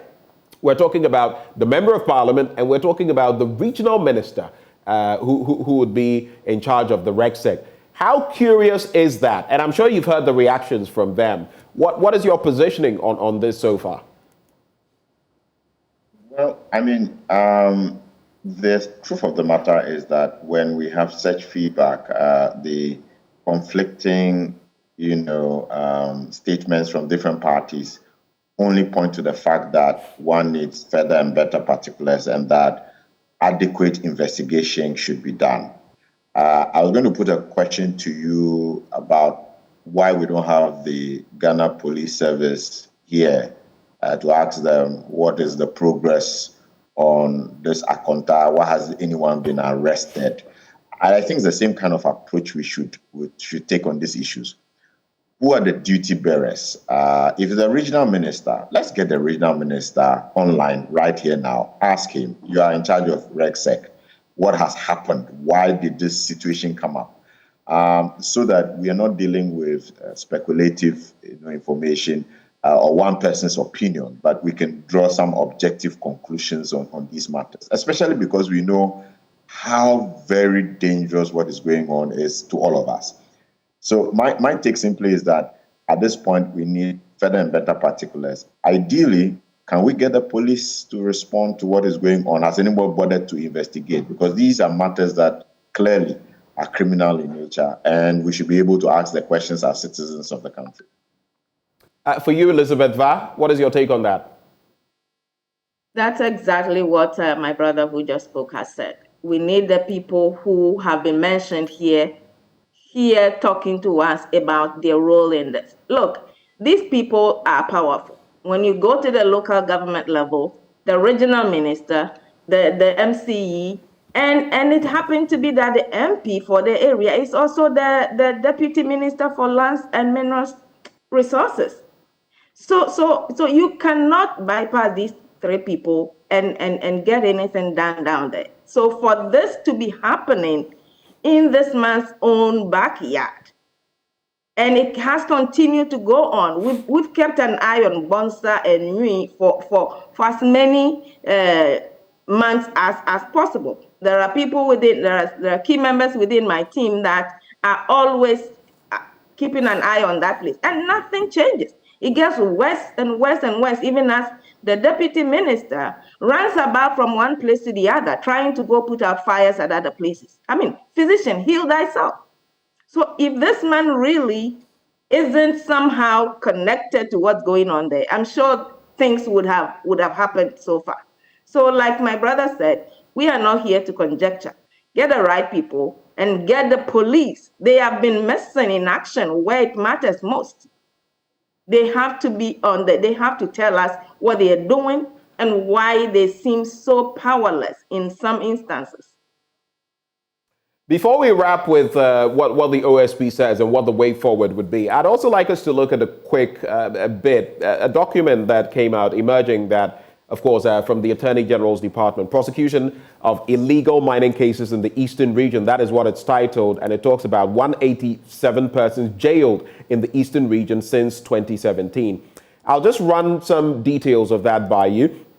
And it talks about how 187 people charged in 48 cases have been convicted and sentenced to various terms of imprisonment in the Eastern region since 2017. And the AG notes that the 187 convicted persons include 29 Nigerians, 7 Nigerians, and 3 Chinese. And a majority of the accused persons were tried and sentenced under the old Section 99 of the Minerals and Mining Act. Of course, there's a new act which would give them stiffer penalties in that respect. And it talks about 33 of such persons convicted and sentenced under the old act that the AG wants to be sentenced under the new act. It goes on and on. But at least, does this give some comfort that something, at least, has been done in the fight against galamsey, and that there's only a little more that we need to do to push it further and maybe get the results that we need? Back to you, Elizabeth, then I'll go to Adam and before Abdul. Unfortunately, no. Because we even have a question pending with the, the immigration, the police, and also the interior minister regarding how many of the people they claim to have arrested, the foreigners especially. And this is as a result of the investigation that the Fourth Estate did that showed that there were only 2 or 3 Chinese in our jails who have been convicted of galamsey offenses. Now, just yesterday I took a look at the NSMQ website, and you can see how many Chinese they paraded as having arrested for engaging in illegal mining. And if at the end of the day we only have these 3 in our jails, when the law says that when you catch these foreigners, they have to serve their sentence between 20 and 25 years before they are sent out, we have that question pending. And let me use your medium to remind the minority leader. He promised us that he was going to raise a question in Parliament to the Interior Minister to provide all the information we had asked for. We are waiting on him because we are almost mid-October. We can't just, sprinkle some things around, pretend to be doing something. If we are doing something, let's do it right and get to the bottom of this. We have to keep our eye on the ball, and we need the people who are in charge to be up and doing. A lot is going on. Let me put in quickly, even with the legal mining, right? People get the license in Accra and they go to our communities. There are people whose pension is their cocoa farms, and these things are being cut off. They go to the police, especially if the people involved are like perceived big people. These people talk to the police and they don't get anything. They just give them a little bit of money and their lifeline is cut off. We are creating a lot of destitutes in our own communities, people who were once self-sufficient. We have made life very, very miserable for them. Just because somebody wants to mine and have a lot of money, we are creating apartheid in our own country. And the Minerals Commission especially has to be up and doing. We need all these people to be up and doing. And if they cannot properly police the people they give licenses to, then they should halt on giving licenses for now. Let's get the full cost. Let's get to the full cost of our mining and how our own people are suffering just so that a few people become rich. We can't keep on like this. Adam, quick thoughts. Elizabeth suggests that on the back of all of this, it is apartheid. And I find that telling that we're bringing into our country. Quick reactions? Yes, I think she gives a very detailed description of what is going on. I think that some people appear insulated from the reality on the ground, and it's a greedy few, power-broking persons who have influence, who are taking advantage of the underprivileged and the poor, are not recognizing that many more people fall into that category. And so there are many people being affected by their direct actions. And clearly, if we don't get to a point where we stop this, the downhill drive will be such that all of us end up in a pit. And so at this point, I want to support my sister's call, especially when she talked about how if the report you are saying says 3 Chinese in jail, when we've seen all the parades, let's have people answering questions. And please use your good platform. Let's get this minister, especially that deputy minister, and get the police all on the same platform and get our civil society there so we can query them as to what they think they are doing and why they should not immediately resign. This is what happens in other jurisdictions. When you have been associated with these things and it is clear that you've not been able to manage the process, or you've been put there to do it on behalf of the citizens, you resign. So what are they still doing in office? Good question.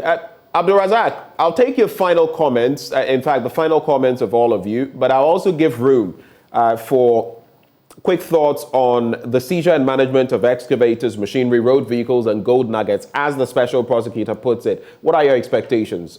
Over to you, Mr. Al-Hassan. Thank you very much, my brother. I think it's a good call, and we are waiting to see, like I earlier said, all these things must come to bear so that we know where these excavators are, these nuggets and those things that, especially anytime that they go to destroy or they use the word demobilize. I don't think that you go to a site whereby you go and have excavators there and miners there, and that you go and do this burning and those things, and none has ever shown us the gold that they've taken there, the money they've received there, and there are so many questions. Even back to the IG's point, for instance, they should clarify, because only 3 Chinese is very appalling, and apart from that, who the people they've jailed, how many of them are Ghanaians, and even among the Ghanaians, how many are the financiers? Because let us look at the scope and the people that we arrest, whether they are just mere Ghanaian boys or girls who goes to find out their daily bread and those things. Who are the people behind it? Are they able to arrest them?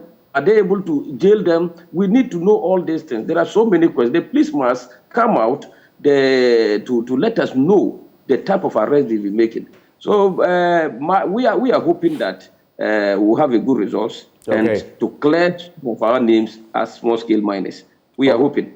All right, you're hopeful. Elizabeth and Adam, I'll give you 20 seconds each. I mean, we've got the thrust of what you're saying. Final words. I'll start with you, Elizabeth. Yes, my appeal here is to the board chair of the Minerals Commission. I had the name, but I forgot. Madam, I know you are a woman, you're a wife, probably a wife, a mother and a grandmother. There are so many women our age in the rural communities whose husbands left them with cocoa as their whatever inheritance or whatever that they are using to take care of themselves. Some are widows, and their children and their grandchildren.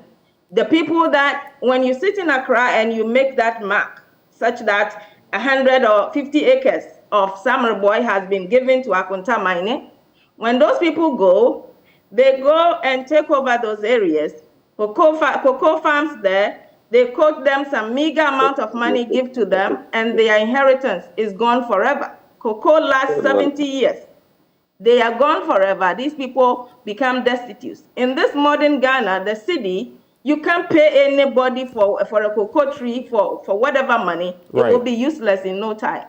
So these people are calling on you to do the right thing. Let's put a pause on any new licenses, and let's get to the bottom of this, get a hold of those people who are suffering and get them out of their suffering before we get back to this, even the legal side of the mining. Thank you so much. Thank you, Elizabeth. Adam, you have the final bite in some 20 seconds if you can. My call is to the Inspector General of Police, Dr. Dampare, on behalf of the good people of Ghana. This country deserves swift and robust actions in relation to the fight against Galamsey. We want to know from you, want to hear your voice about the actions being taken immediately to address this issue. We don't expect something that will come after 2 months. We think that this issue is so key that not hearing your voice now is a major detriment to our collective fight against this issue. Thank you very much. Thank you, gentlemen. Abdulrazak Al-Hassan is Director of Communications, Ghana National Association of Small-Scale Miners. Edem Senano is an anti-graft campaigner. And of course, we had Elizabeth Va, Ghana Environmental Advocacy Group member. Ladies, gentlemen, thank you so much for your time. Don't you forget, the question we're posing to you today, that's our question of the day. Do you think Ghana, our government, has shown commitment towards winning the fight against illegal mining? Do you think so? Share with us JoyNews on TV and let us know what your thoughts are. When we activate the phone lines as well, you can be sure to call. But up next, tied to that conversation, we have an interaction with the Member of Parliament for Takwa Nsuayim, who also happens to be Deputy Minister for Lands and Natural Resources. I'm talking about George Mreku Duka. He joins my colleague Samuel Kojo Brace as they dig further into this matter. So there are a lot of issues about illegal mining, especially in the Western region in Swayem, where you are the member of parliament. And your name seems to be up, throughout the discussion. Why are you allowing illegal mining to go on in your constituency? Let me first of all indicate clearly that Merikuduka has never mined, and I don't own a single concession at all. I represent miners in the Parliament of the Republic. My constituents, about 90% of them have either direct or indirect impact of mining. And therefore, anything in relation to mining, obviously, they would contact or mention Merikuduka if they are arrested or having any negativity as far as mining is concerned. If you even look at the enclave itself, you realize that it's the area that we have consistently been using the military and the police on getting this recalcitrant arrested. And don't forget that it's the heart of gold, because about 60% of gold produced in this country is coming from that enclave alone. And obviously, you realize that gold activities there are very, very predominant. Obviously, you have people who would also want to, in a way, just push you to derail from what you're doing. They know we're working hard to clamp down these illegal miners everywhere. People don't sleep, making sure that our river bodies get better, making sure that people mine and mine responsibly, making sure that we put a lot of measures in place to really regularize the mining sector. This is something that is catching the eye of Ghanaians. Obviously, as a politician, as a member of parliament, you have your detractors issuing unnecessary statements here and there, making comments that are very uncalled for, like the chief, the supposed chief you spoke to. He's not a chief in the first place. You don't know him as a chief, and he has a kind of a way of, in a way, discrediting Merikuduka. He started this about 2018, 2019, thereabout, and led the campaign of the independent candidate in my hometown, discrediting me here and there. So no wonder he's continuing on that tangent. But I can tell you, he's a confused being. He's not a chief. The chief has spoken and he set the record right. Just recently, a team from Accra, police numbering about 100, were detailed to dump him. They made arrests. Some Chinese people were arrested. Even an assemblyman was arrested and he's in custody as I speak with you. The regional minister has been embarking on very, serious operations there. They've been arresting people, and you know the behavior of Galamseyers. You arrest them, some will come back and all that. I am in Accra. I am also supervising other areas, including Dompimdo. But I wouldn't know what's going on there. We have the EPA, we have the Minerals Commission Office, we have the MC there. We have other opinion leaders there, and I believe they must also be up to the task and be making sure that people who get to the forest or any place that is uncalled for are arrested. Let me also put it on record that we have people who are also mining responsibly in that enclave. We have people who own concessions that are mining responsibly, and you cannot just put everything together and say they are all illegal miners. And I'm not going to lose focus. I'm so determined. We'll continue to clamp down these miners or illegal miners who are so determined to destroy our country. I mean, we can't allow this nation wreckers to just put up statements just to confuse everybody. Now they just want to demoralize you. You are working hard. You want to make sure water bodies are clean. You want to make sure people get work to do. like establishing community mining, obviously become a target. You're doing the right thing, and people will come after you, including, you know, intra and other related political innuendos that you have in the system. They will all come after you, but God is on our side, and we are so determined. We have nothing to hide. Galamsey is not done in the chamber. It's done in open. If Mekuduka has a concession, be on the concession, show the public where the concession is. I started challenging people about 6 years ago that if you think Mekuduka has a concession and you have that evidence, show it to Ghanaians. You can't just speculate. He's a miner. As for that, you can easily say so. So if the IGP, for example, is from a community and robbery happens in that community, and because it's an IGP, so nobody should steal from that community. I mean, it may happen. It doesn't matter where he's from. It can. So if Mekuduka is the deputy minister and illegal mining has happened in his hometown, so therefore you think, I mean, let's be realistic, and some of these things, discuss them dispassionately, moving out of politics. You go to other areas that people of high repute hail from. You have illegal mining there. It doesn't mean you can just associate those illegal mining to them. You see, the Galamseyers, they do flourish in some of these things because they know that, yes, they are pointing fingers at the leaders. So they get a field day to do their own thing. If we don't stop that, we will not be able to, win this battle. We need to stop that. Let's be practical. Let's get to work. Let's really point to where the challenges are and stop the accusations that are unfounded. If you're accusing someone, you must have that evidence. I was surprised to hear that there's a documentary. Not a shred of evidence was shown. How can you do this? But the people in the documentary mentioned that you are in support of what they're doing. The boys there, you have boys who are mining. So those that have been mentioned, we need to provide the opportune assembly for them to come and prove. So I think they should have been pushed.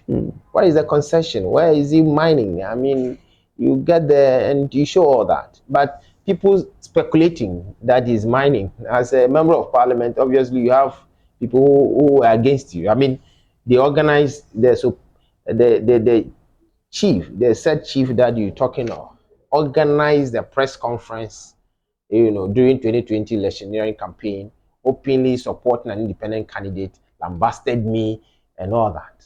So what will you expect such a person to say about Mekuduka? Now that, and even during my appointment, he wrote some letters, frivolous letters to the president that I don't even deserve to be given the appointment. This game, I mean, people just behave anyhow, just wanting to discredit you and defame you. But God has always been on our side because we have a clean heart. We're ready to work and serve our country. We'll continue to do so and continue to have. I get disturbed when people destroy our environment. I'm an environmentalist as well, and I don't gain anything from getting our environment destroyed. Why would I even get my own hometown where I used to be the chief? I abdicated my stool just to allow me to contest as a member of parliament and just destroy my environment. How would you do that for a moment? And my people trust me. They know what I can do. They know my faith and commitment towards the developmental projects or developmental future of the community. So they know I wouldn't do anything to destroy the image of the community. And as for other detractors who foment all other stories just to, in a way, cause some disaffection for Mekuduka, they will continue. I mean, you can't stop them, but so what you're saying evidence is that the spirit the name of it. Yeah. So what you're saying is that none of your boys are involved in this because there will be some truth in every rumor, and the rumors are just right. You that see, Mekuduka is involved in Galamsey. You see, when you commissioning, like I saw somebody saying Akon community mining is for Mekuduka. How can you say so? I commissioned the community mining. It's employed about 4,000 Ghanaians. You can go there and see. And you speculate that it's from Rekudu. How can you say so? A community mining that was commissioned with the chiefs and people of the area. The youth were there, the security agencies were there, and he said it is for me.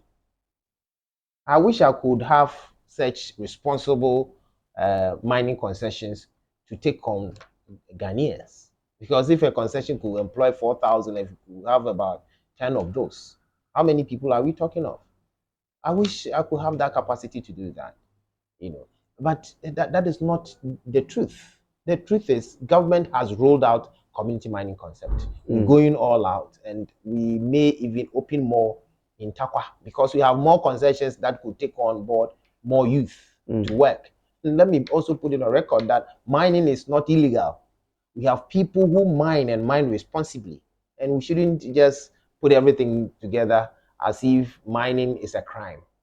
No, you can search and see how people are making impact as far as the economy is concerned, the gold inflows are concerned. So for your concession, responsible mining is done there?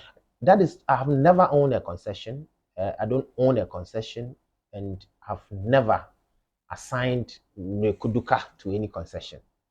I mean, we have community mining concessions all over the country. The hope is to have about 50 of those by the end of this year. And we intend to open more.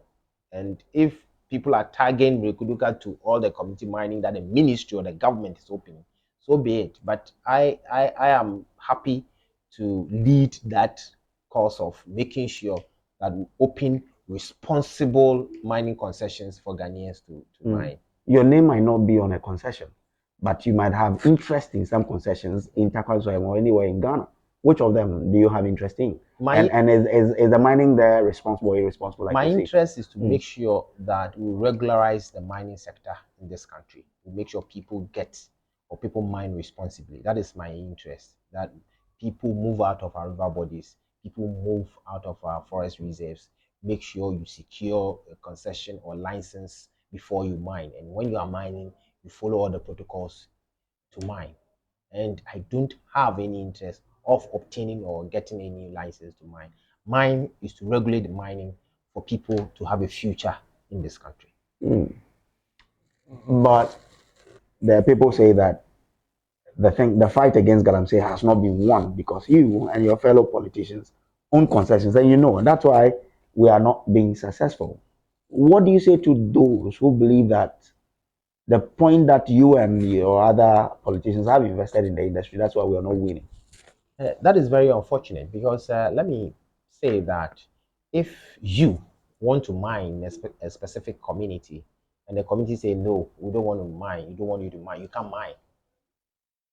So it wouldn't be enough to say that politicians are leading it. So, and Galamseyers, they get excited when they hear some of these things. So they know that your focus is disjointed. They know that you are not really aiming at them. And they will also formulate and put stories on you just to confuse you so that they can get a field day.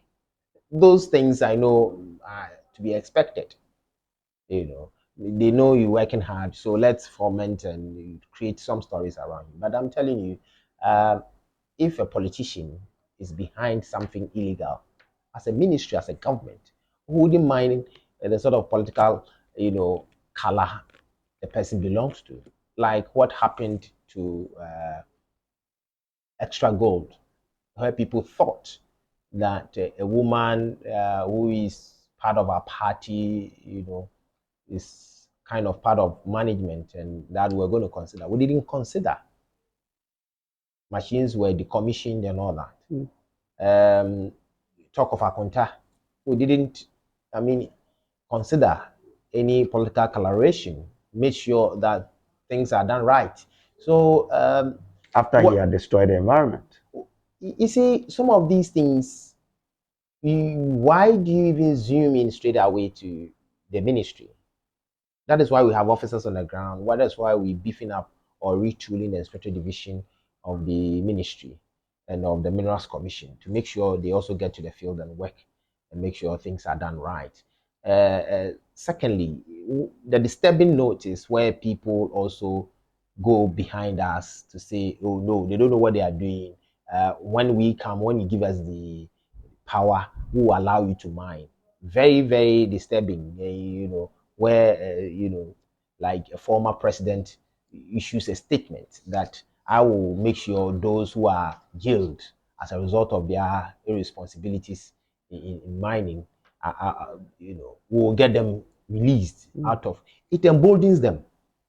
Some of these things, in a way, create some kind of confusion in the field of trying to reorganize or regularize the mining sector. So I will urge Ghanaians, let's stay resolute, monitor where you are, make sure you protect the river flow within your enclave. We procured speedboats, giving the Naval Command some kind of support to patrol from source to the end. We've recruited river wardens who will be patrolling the river bodies 24/7. We empowering them with body cam, where they will be tracked and monitored at the center. We're also tracking all earth-moving machines that could, in a way, reduce the illegalities in the system. So if as an excavator, for example, is tracked and you go beyond the confines of your legal concession, it is deactivated.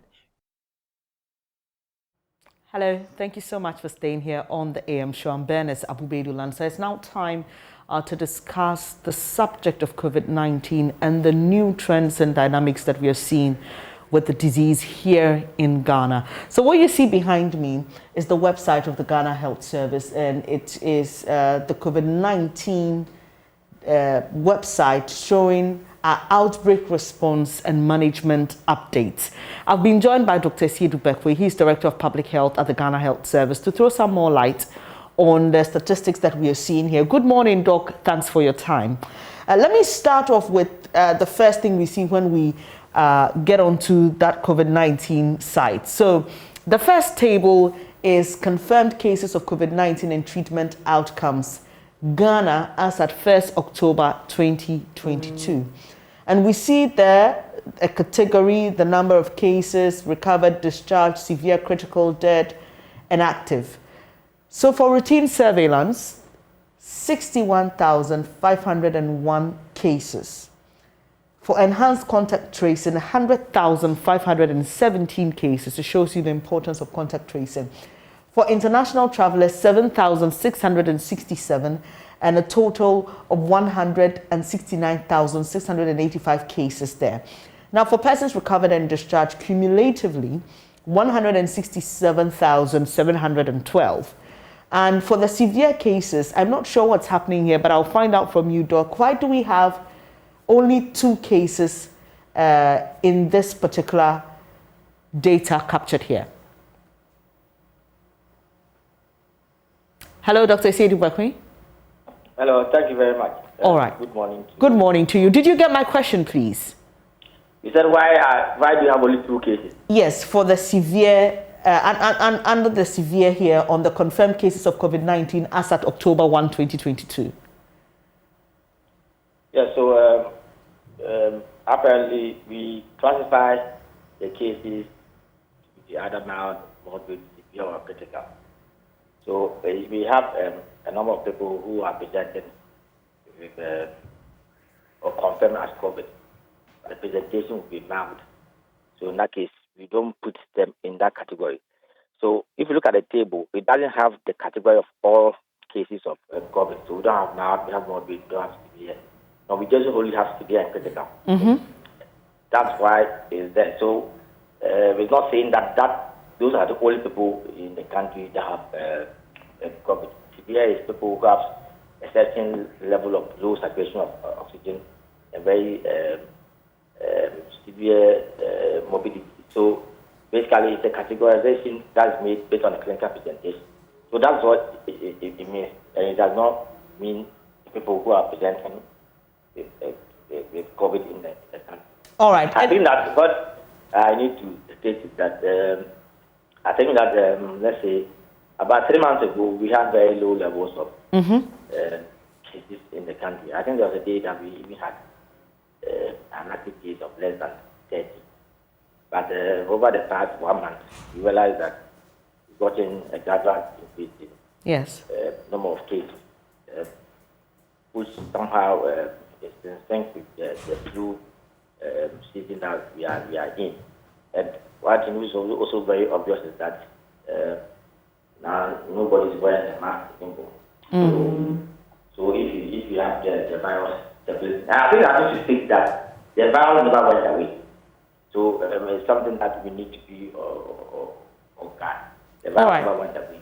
All right, Doc. If sorry to take you back, we'll be delving more into the recent data pointing to what you're just talking about, but I just need to understand this very clearly. So the table 1, which has the blue and the gray highlights, is it confirmed cases since we recorded COVID till 1st October 2022? I'm not seeing the table you're talking about. But what I'm saying is that table that we have, our table is purely based on PCR testing that we do. You know, we can have antigen testing, or we can have PCR. Okay. Our table is purposely PCR confirmed cases in the country, which we collect from all over the 16 regions and the various health facilities in the country. So that's what that table means. So if you do an antigen test, it is not captured in that table. Our table is mainly PCR testing. Okay, but what about the statistics for the number of people who've died so far? Is it 1,459? Yeah, so we are yet to update the table. What happens is that the data, as I said, is collected from all over the country. So the health facilities will send them to, I would say, the surveillance department, and then they will update it. All right. So that is what the data that we have as of now. It will be updated based on the data we get from the health facility. All right, Doc. So let's talk about the concerns now, because I'm seeing another figure here which shows COVID-19 positivity rate in Ghana by date of report taken 1st August 2020 to 1st October 2022. And it just shows us the dynamics, the fall and rise of infections in the country. Let's come to 2022. I mean, just at the latter part of the table, we see that in June, there was a sharp rise, and then it began to dip and dip and dip until August, around August 27, end of August there. Now, from the beginning of September, we are beginning to see that sharp rise we saw in June. You have mentioned the disregard for safety protocols, which includes the wearing of masks and washing of hands and social distancing and all that. Would you say that the weather has any role to play in the rise in infections that we are seeing today? Yeah. So as I said, we tend to be in sync with the flu season that we are in, and the low temperatures are catalysts for increased infectivity of the virus. So I think that what we are seeing is not very different from what is happening like the Americas or Europe. We are getting more cases. But you see, the difference is they have a lot of more people vaccinated. So if you look at what is happening or the approach to COVID, let's say globally, it's like people must learn how to live with the virus. But you learn how to live with the virus by 3 main things. It's about the vaccination, it's about the treatment, it's about the testing. So what we are not doing well is the vaccination. And I think that that's how we as a service, we have kind of made the vaccination routine. We will still be interspersed with campaigns. But we think that Ghanaians must go for the vaccine as much as the vaccines are available. I think that is the only difference that we are seeing. So we may be having surges of cases, but I think that the severity is the key word. If you are vaccinated, you are not going to have very severe disease or even that. Doc, what's the latest on our vaccination drive? What are the numbers saying? Okay, so for now, we have crossed the 20 million doses to be administered. I think in terms of persons that have gotten at least a dose, we are, I think, 50.1. And when it comes to people who are fully vaccinated, I think we are 32%. So we are still below our target, but it's going going, but it's not going at the pace that we expect. And we want to urge Ghanaians that COVID-19 is not likely to go away. We need to learn to live with it. And the issue is the outcome. The outcome is very minimal when you are vaccinated. So Ghanaians must get vaccinated. Doc, let's stay a while on the issue of vaccinations. There are people who say they've lost their vaccination cards, some of them due to issues beyond their control, floods and other thefts and other things. For such people, how do they get their boosters? Because when they go to the health facilities, they are required to show proof of earlier vaccination. So how do they handle that? Is there a way they can go about that?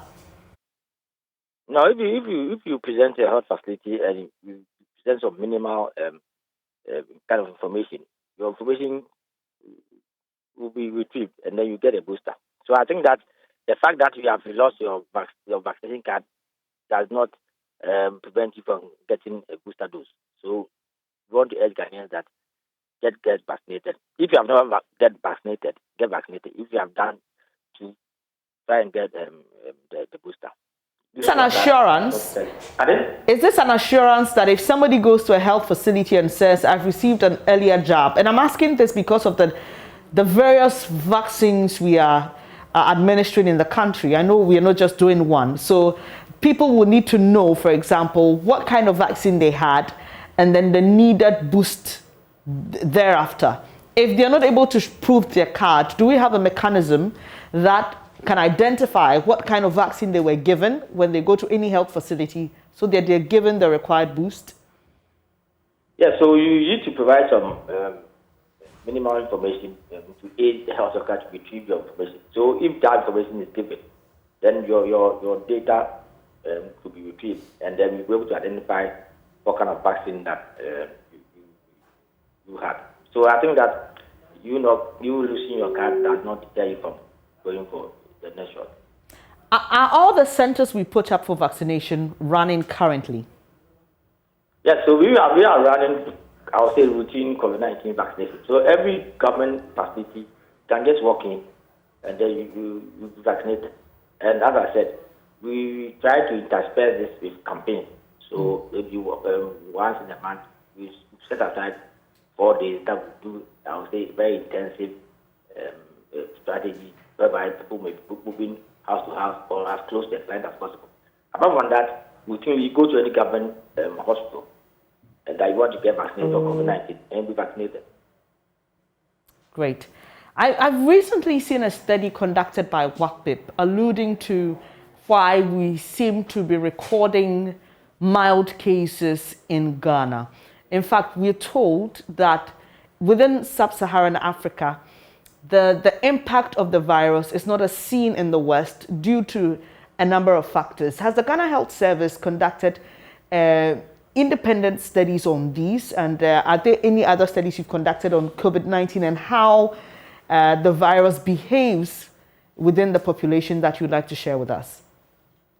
So we rely on data in local or international. And I think one thing is that you see the protection could be twofold. So either you get artificial protection or you get natural. So there are people who have been infected one way or the other, so they have the kind of immunity to the virus. And there are people who are also vaccinated. And this combination of factors provides the necessary population immunity. So I think that is not very surprising, but to be sure of yourself as an individual, get vaccinated rather than maybe relying on a natural immunity.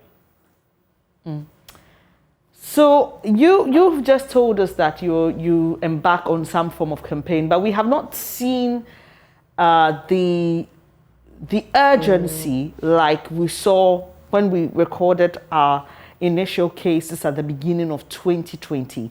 Is there a reason for that? No, so we realize that this year alone, we are fighting several outbreaks. We have yellow fever, we have Marburg, we have polio.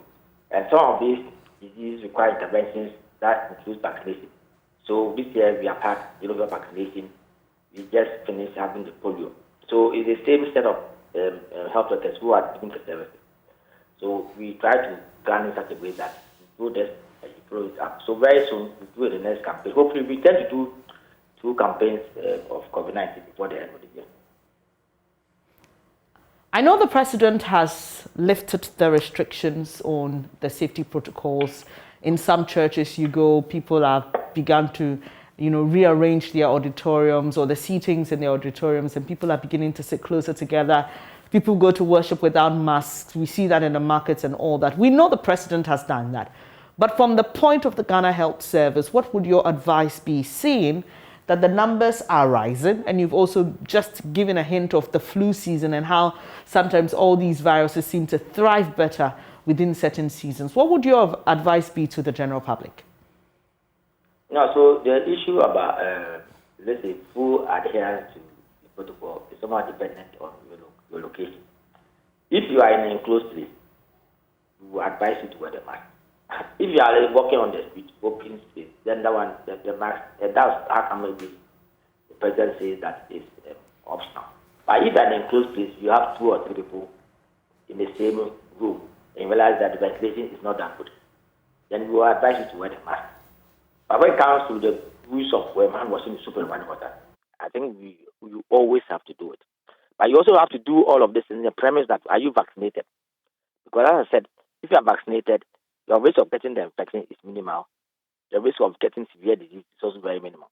So don't just take this is a statement by the president in a different way that he said, don't wear the mask, so you're not wearing it. First, ask yourself, are you vaccinated? Second one, where are you located? Is it enclosed? Do you have poor ventilation? If you no, then I think that you have to start making a yes. You have to get vaccinated. You have to wear the mask when your location has a poor ventilation. Thank you so much for joining us this morning. Let me just throw this in. You mentioned the issue of polio vaccinations. Has that ended nationwide for the children? Yeah, so we ended on the 9th, and we did a mop-up yesterday. And I think that for this polio vaccination, at the coverage of 100%. I think it's very easy, or relatively easier when you're vaccinating the children compared to when vaccinating adults. And it's about this issue about myths and misconceptions. But we are still trying to engage the population to let them know that vaccination saves life. So, Doc, if someone just entered the country and want to vaccinate their children against polio, are they eligible? How do they access? I know you've done the mop-up, but is there any plan for such persons or group of people who may have missed the vaccination for one reason or the other? No, we have routine vaccination, which is ongoing in the country. So this was just a campaign. But if you go to any health facility and let's say you have not been vaccinated, right, you're vaccinated. I appreciate your time this morning. Dr. Franklin Dupekwe is Director of Public Health at the Ghana Health Service, and we've been talking about the latest rise in infections of COVID-19, and you've just been advised, always keep in mind that you need to be protected, especially if you are in an enclosed area with little or no ventilation. Remember to always wash your hands, keep a sanitizer on you, and also remember to stay distant, especially for people who are showing symptoms of flu or COVID. Well, that's been our conversation on health this morning. When we come back, we'll be doing a couple other things. Benjamin and I will be bringing you an update on that incident involving a civilian and a police officer. The civilian alleges that the police officer assaulted him, slapped him, threatened his life, aimed at his leg, shot. I'm sure you know that story, but Benjamin will be here to give us all the details on that. And also we'll be delving into the National Science and Maths quiz, because the prelims of the 2022 edition have started and is getting exciting already. Do stay with us. We'll bring you more shortly. Well, welcome back on the AM show. I'm sure you remember that case of an alleged assault by a policeman, the very one that I went in pursuit of in the Kanishi Bishop area. Well, we've got updates for you, but of course I am here together with Bernice Abubedu Lanza. Bernice, first time we're on set together this morning. Yeah, it's been a very long time. It has. Yeah. Welcome back. Thank you so much. Officially. Thank you, thank you. But that was an interesting conversation on COVID we just had, and it's important that people stay safe because you don't want to be caught by surprise.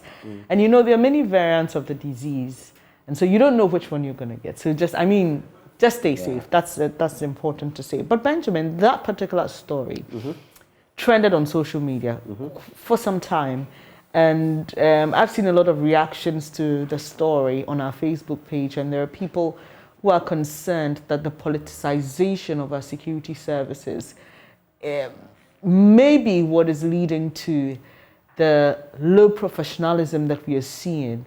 Because when you listen to the side of the story of the victim, you just wonder what could have triggered a policeman so badly to shoot in the first place, even taking out the arm.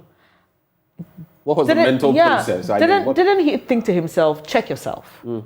He went, cocked the gun and shot. That's problematic. And after that, when he didn't hit his target, dished out a dirty slap to the gentleman that we're going to call Kofi for the sake of protecting his identity. The police already know who he is, but it's left a very bitter taste in our mouths. And I'll be giving some updates on what else has happened, because yesterday I was at the Police Professional Standards Bureau. Today I'll be back there, hopefully to engage the boss of that outfit. But we also have on the line Kofi? Kofi, the one we're calling Kofi. The victim in this case. The victim in this case. Kofi, good morning to you. How are you doing? Good morning. I'm doing fine. The last time Benjamin spoke to your colleague, he said that he was traumatized by the event and he had had sleepless nights. What has it been like for you since then? As I speak to you now, I'm still under treatment. Within yesterday, I went to the hospital again. I went to Connection Polyclinic. When you say under treatment, what exactly are you being treated for? I was traumatized. So when the thing happened, I first visited a private hospital. But then after that, on the police report, I'm supposed also to go to a public hospital for them to check whatever is going on in my system. So yesterday I went to Kaneshie Polyclinic again because I wasn't feeling too well. So I went there again and then I was checked at that place. Let me just say this. If you've been through a traumatic experience, you understand what he may be going through. You don't underestimate the power of stress and trauma, even on your health, But Kofi, we are sorry that you've gone through this. Has the police service reached out to you? Yesterday, one police officer called me. But I couldn't take the call because I wasn't close to the phone. It's called Inspector Chow from Pitt. He called, but then later I returned the call. When I returned the call, he told me they had wanted to meet me around 11 o'clock. But I called them also at exactly 11 o'clock. So I asked them where I am. I can't, it's far from their place. So what do we do next? So the inspector told me they are going to reach out to me again. But as of now, I haven't heard anything from them again. What are your concerns for your own safety, even as you try to pursue justice in this matter? As I speak to you up to now, I haven't heard anything about the case so far. I'm hearing he's been interdicted, but I haven't seen any official communication also on that. And even on Sunday, it's alleged that a man came to our church wanting to see me. I think he's a lawyer. He came there trying to talk to me, but I wasn't around. So the info I had from church was that this is what happened there. They wanted to see me and talk to me. He wanted to talk to you in terms of what exactly? I really don't know because I didn't avail myself. I wasn't around. So I don't know. I don't know what they needed, the information they needed. You don't sound too well. I'm assuming that you may have not been able to go to work. How has this affected other aspects of your life? Yes, as I speak to you, I'm still at home. I'm at my location. I can't. That's fine. But I'm That's home. fine. So it means you haven't been to work since the incident? No. And it's been about a week? It's past a week. So Sunday. It happened on Sunday. This past so Sunday was a week. A week and 2 days. So I'm home. I'm really sorry about this, but like Benjamin said, he's been to the police. He's following up on this, and we will follow this to a very logical conclusion. We would like you to know. But has anybody reached out to you apart from the police service and government? Anybody? No, nobody has done that. Nobody. What are you seeking in this issue? What do you want? I'm still seeking for justice. I mean, what the police mandate wasn't in order for you to just pull a side pistol, immediately just cock it and then aim at my leg. If I wasn't that fast, by this time I wouldn't have known where I would be. So I mean, I still need justice for this case. I want it to serve as a deterrent to others. Right. So what would justice be? I mean, if let's assume you were given some sort of compensation, would that suffice for you, or does justice mean that the officer in question must face the full rigors of the law? What does this mean for you? The law, they are the law. So if I'm seeking for justice, I think they know best. So they just have to work with the law. Our investigations also revealed that this person you speak of that went to your church, a lawyer, like you mentioned, you didn't get to meet this person, but our investigations revealed that this person actually wanted to have an interaction with you, basically hinting at getting this case out of the law space, out of the police station, quietly, out of maybe court if it ends up there, just to settle it before then. Is that something you are willing to do? So now, I don't think I can speak to this. But, yes, I don't think I can speak to this for now. But all what I'm seeking for now is justice. You mentioned that the PPSB, what you call PIPs, they used to be PIPs, now they are the Police Professional Standards Bureau. You mentioned, Kofi, that they reached out to you yesterday. Have you been able to plan another engagement with them? I will be there today on your behalf, I mean on this very issue, but is there any plan to meet anybody, the officials there at any point? No, please.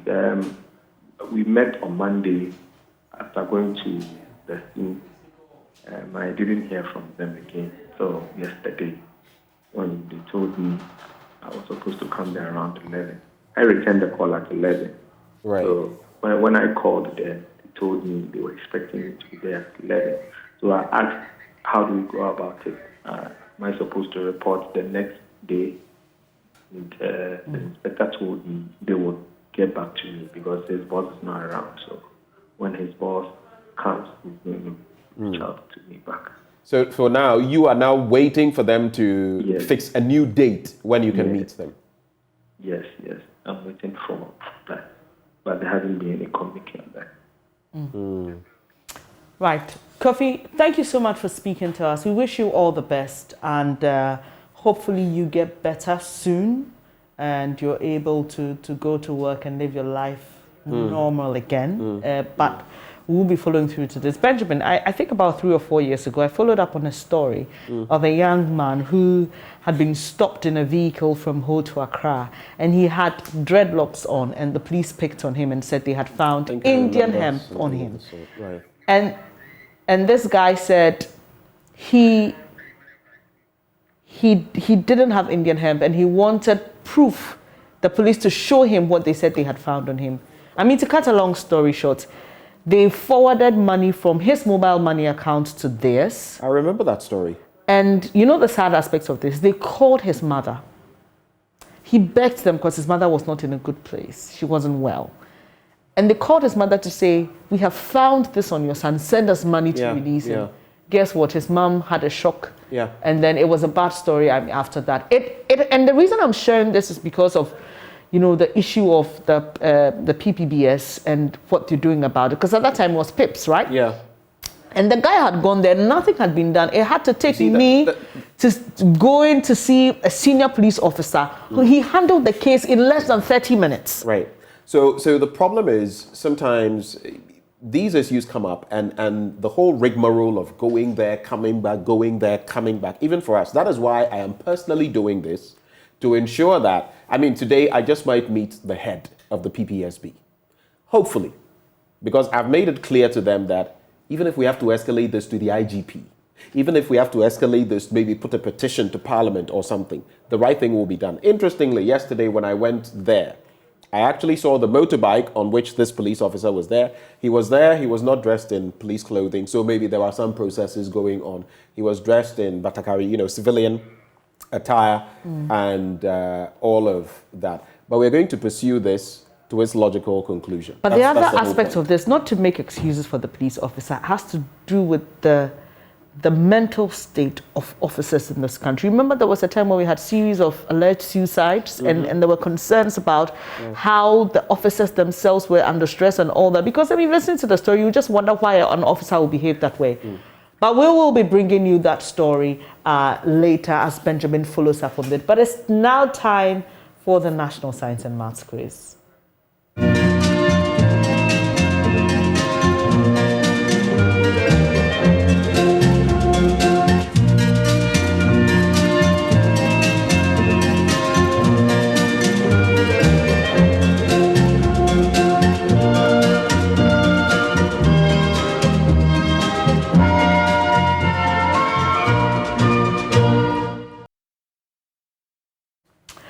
Well, let's go to Kumasi now. Emmanuel Bright-Kweku is standing by for us. We know the prelims of the National Science and Maths Quiz have begun, and there were some contests yesterday. There were some upsets, and there were some, not what you call not surprising, no surprising results, like St. Thomas Aquinan's 85 points, highest for the day. Well, Emmanuel, tell us what's going to happen today and which competitions we need to look out for. Dennis, I'm going to be doing this with Emmanuel Bright-Kweku. So he's here with me, and we're coming to you live from the Sarah Mensah Auditorium here at the Kwame Nkrumah University of Science and Technology.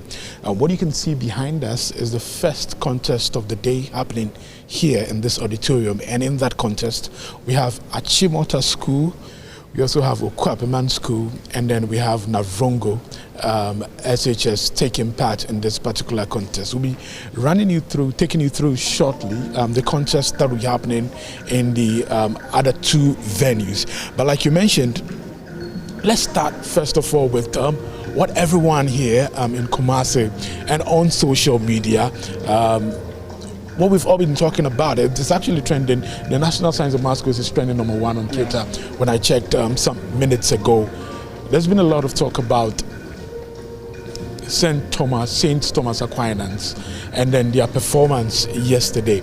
85 points, the highest that we've seen so far. The competition actually started yesterday, but this is the highest that we've seen, so far. The second place school, Iguafu Ibrahim Senior High School, they had 23 points, and then Pong Tamale SHS, they had just 1 point. Well, some people we've been speaking to are not really surprised, but let me find out from you what you make of that, huge gap. I think it was quite impressive considering the fact that during the first round of the competition they were able to dominate over these schools, right from the first round through to the final round. You could see they were taking some bonuses from the other schools, even though some people would say those schools are kind of the underdogs. Yeah. But you could see they are poised actually for action, as you rightly mentioned earlier, that they gave a gap of 14 during their qualifiers. So hopefully we should expect something more from them.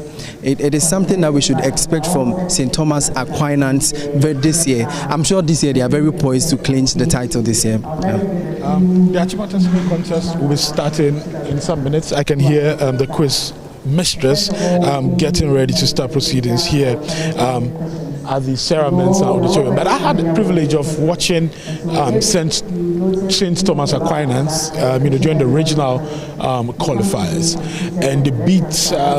I think La Presec, Kimbo Senior High Technical School was also in that contest. They beat them with a 40-point gap.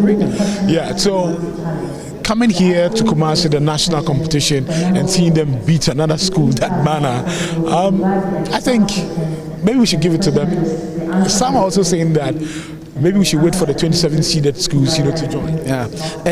Considering the fact that these schools are at the preliminary stage of the competition, I wouldn't say they are not so good, but we can't underestimate any of them. The other schools that are yet to come, the 27 other seeded schools, we're expecting a lot more of action from them, because we know from the past experience that they are actually prepared, or I wouldn't say they are prepared, and they have the experience kind of.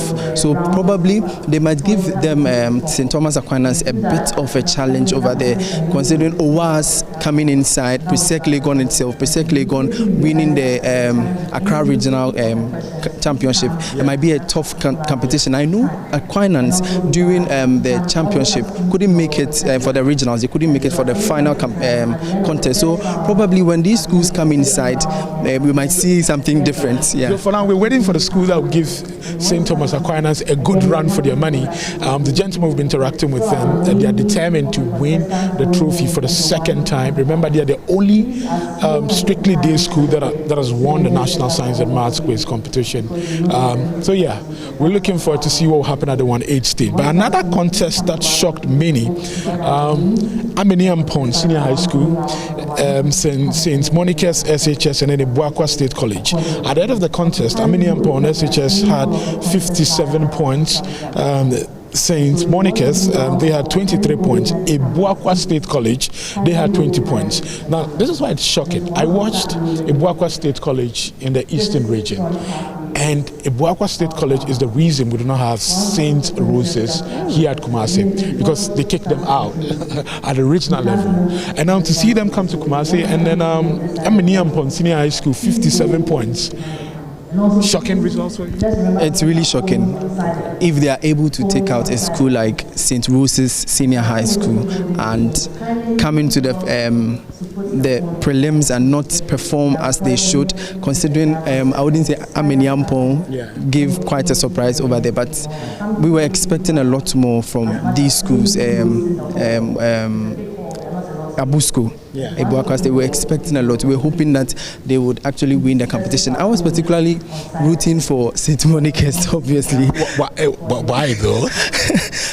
Considering the fact that, well, they are also a good school, relative, but although they've not made it to the national science. Excuse, because I know you were in Infantsipim. Yeah. So Infantsipim, St. Monica's. Yeah, well, my sister went to Monica's. So it makes sense. It makes sense. I was rooting for them to win, but unfortunately, they couldn't win. That was quite a sad one. But hopefully, maybe when I don't know whether their scores will be enough for them to get the highest. At the end of the day, we would have 15 losing schools with very high points, qualifying, getting the opportunity, to move on to the next stage. So maybe, let's see what happens. But another contest that shocked many, Sakafia, right? Islamic SHS, they had 56 points. Agri Memorial SHS had 27 points, and then Yellow Krobo SHS had 25 points. Yellow Krobo SHS, Fred Smith's JoyNews editor, Fred Smith School.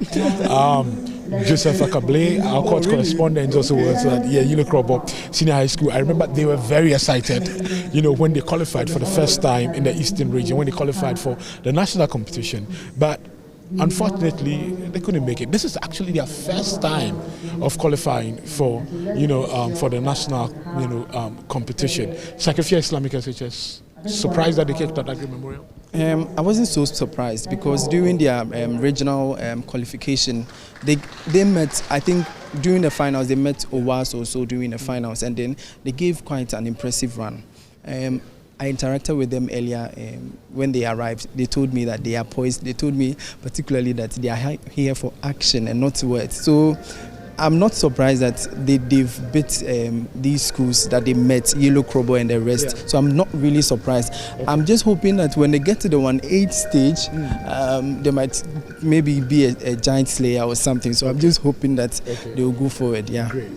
Now, for the rest of the contest that happened on the first day, just visit the JoyNews Facebook and social media pages. You get it, or visit the National Science and Maths Facebook page. You get it. Let me quickly take you through the contest for today.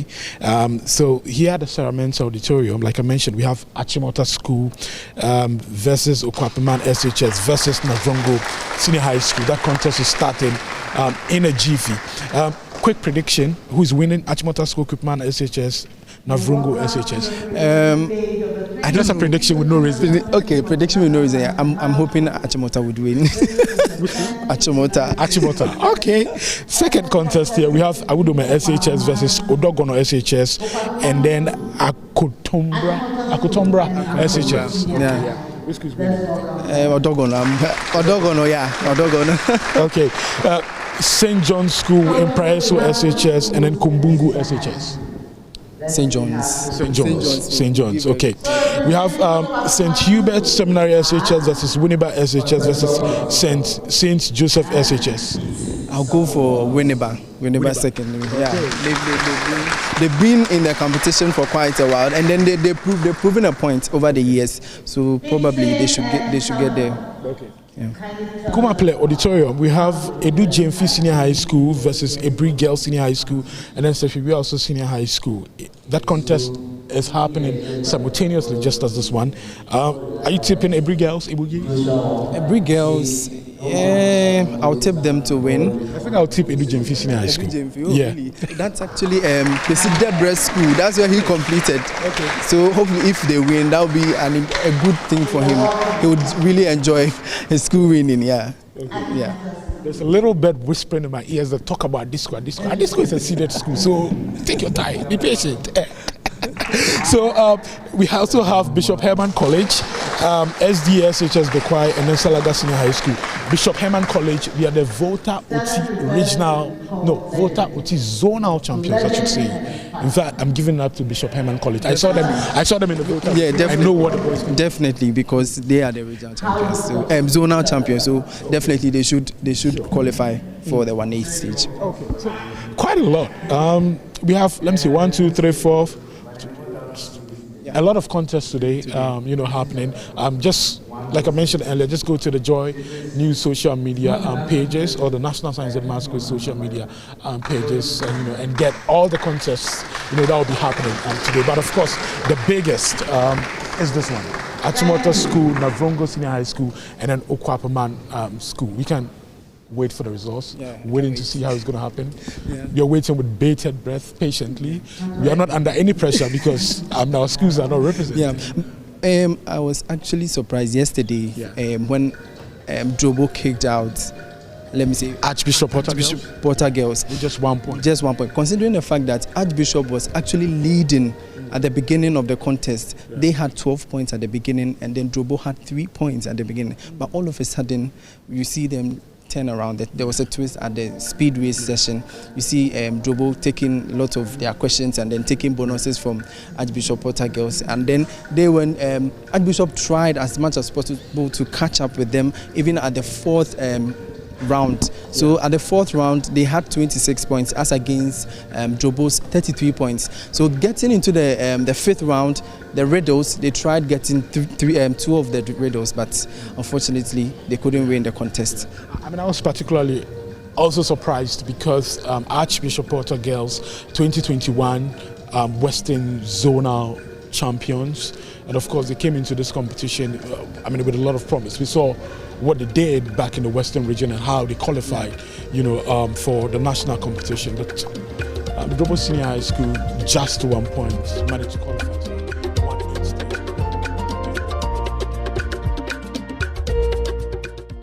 Okay, I just had to groove to that new tune. I love it. I love it so much. Hope you do too. But it's now time to have a conversation this side of the country. Maxwell and Emmanuel came to us from Kumasi. We are in Accra. In our studios at Kokomlemle, and Samuel Nati Adjo is here again, Associate Client Service Director of Primetime Limited, and they are the producers of the NSMQ together with the Ghana Education Service and a host of sponsors. Malkini Ribeiro is Head Marketing and Communication at Prudential Life Insurance, and she's here because her company is helping to bring this to you as well. Good morning, ladies and gentlemen. Thank you for coming. And I'll come to you. Are you okay if I call you Kenny? Because I just can't get my lips around the full name. Everyone calls me Kenny. Kenny, all right, great. Okay, so I'm in good company. Your school is competing today, a Brigel Senior High School. Yes. How do you feel? To be very honest with you, when it comes to my school, I try to take my emotions out of it. So I don't predict, I don't say anything until the thing is over, and then I go and check the score. If it's favorable, thank God. If not, I just quietly keep quiet. Like how a lot of people watch Manchester United matches nowadays. Precisely. Some are Manchester United fan. Your face changed. Because I don't support your comments. All right, let's talk about the NSMQ now. Yesterday we had 27 schools competing. Yeah. We had a lot of surprises. We had a lot of disappointments for many of the schools and major upsets. Archbishop Portugals, for example, was upset by Global Senior High School by a point. By a point. And that's when it gets very painful. But let's talk about the dynamics of the NSMQ now, where we see less known or less favored schools doing so well. Look at what Keta did last year. And it's just been amazing. Tell us how the competition has changed over time and how all this plays up in the recent setbacks and upsets that we are seeing. Well, thank you once again for having me. I would say that, first of all, the free SHS and then the CSPPS or whatever you call it, where schools, the students are. The classification system. Exactly. There's, when after WASC, they're placed in all the schools. This time, it's not so much about you have an excellent grade and therefore you're going to those top level schools, but then they are spread across the country at such that if you are there and you made it and you think you do well at this school, then they will drop you a level or two and see whether you can fare. And then at that point, this guy is good, that girl is good. You want to ensure that you follow him or her. And so they work together, they compete together to ensure that the best comes out. That has helped. And then over the years also, you realize that some of the schools have learned to follow examples of so-called less endowed schools. 2017 or so thereabout, or 2018 thereabout, no one in his or her wildest imagination ever thought West African Senior High School can ever make it to the finals. By the way, they got there.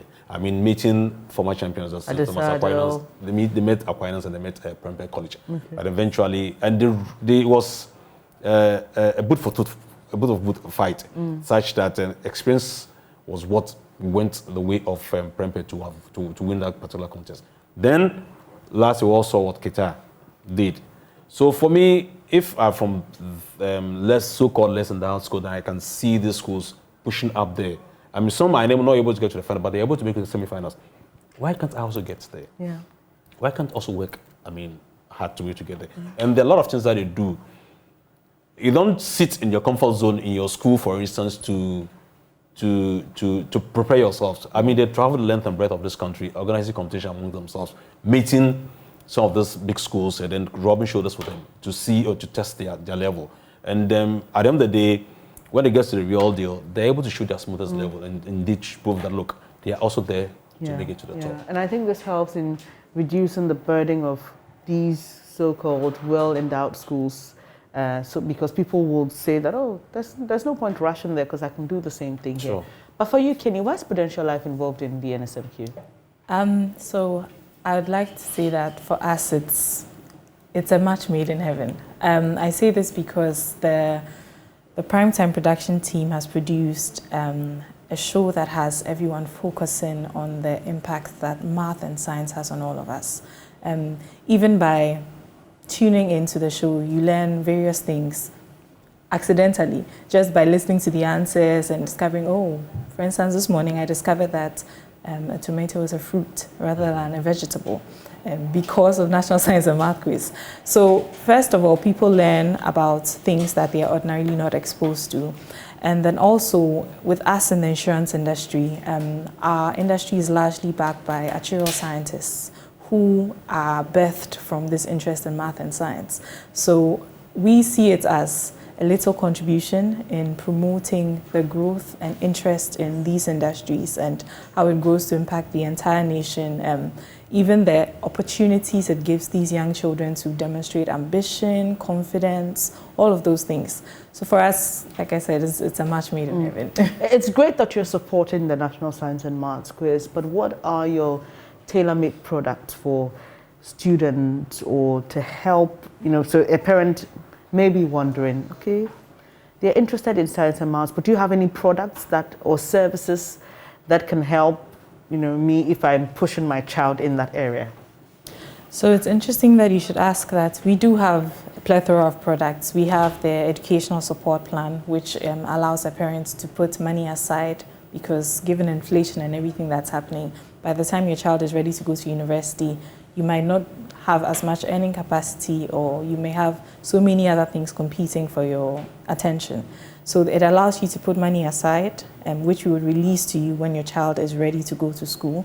We also have the Prudent Life Plan that ensures that if anything happens to you, the person who is the main caretaker of your family, when you pass away, you will provide your family with the amount of money that your premiums would have accumulated. The benefits will be paid to you year in, year out for as long as you were expected to have lived.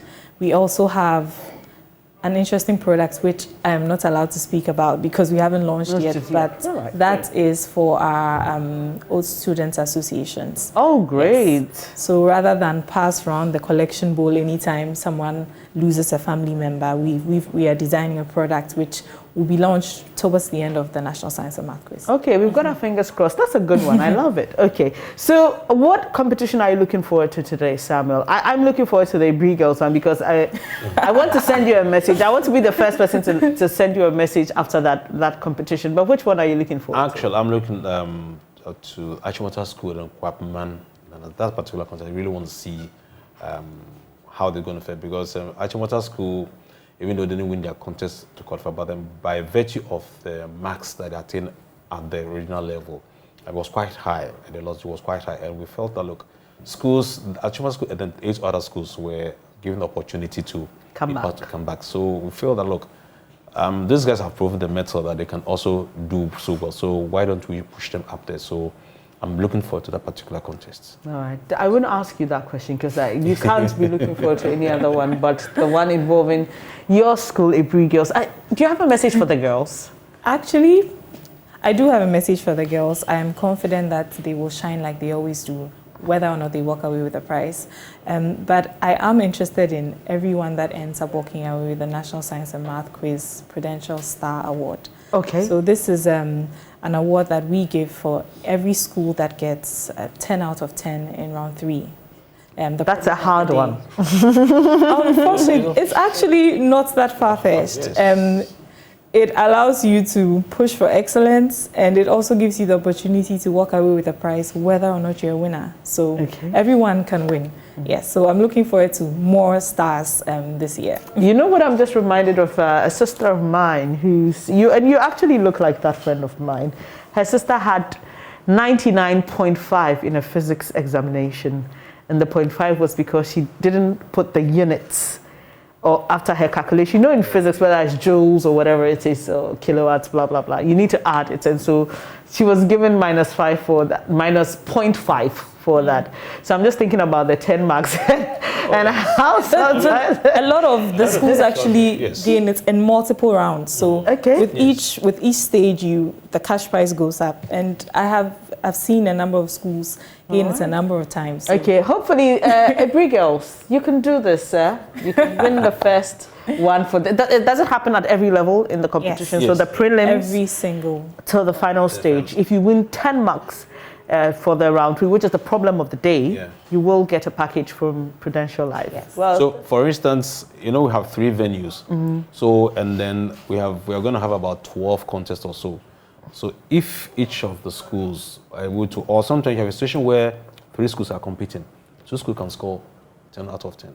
They will get the package. Yes. That's a great one. That's a great one. And this is encouraging for a lot of the young ones who will be competing today. We will be watching you. We will be rooting for you. You can also root for your school. There are about 27 schools. We can't mention all of them top of our head, but you can get onto the Prime Time Limited page on Facebook, page, NSMQ page on Facebook, and you will get all the details there and follow through. If your school is competing today or the next, you can also keep it in your diary and give them the support that they need. Also on the Facebook page, Joy FM and JoyNews, you can also get all the updates that you need. Kenny and Samuel, thank you so much for joining me today. And we wish your school all the best. And thank you, Prudential Life, for what you do for these young ones who participate in the 2022 National Science and Maths Quiz. Well, NSMQ is produced by Primetime Limited and sponsored by the GES in partnership with APSA Ghana.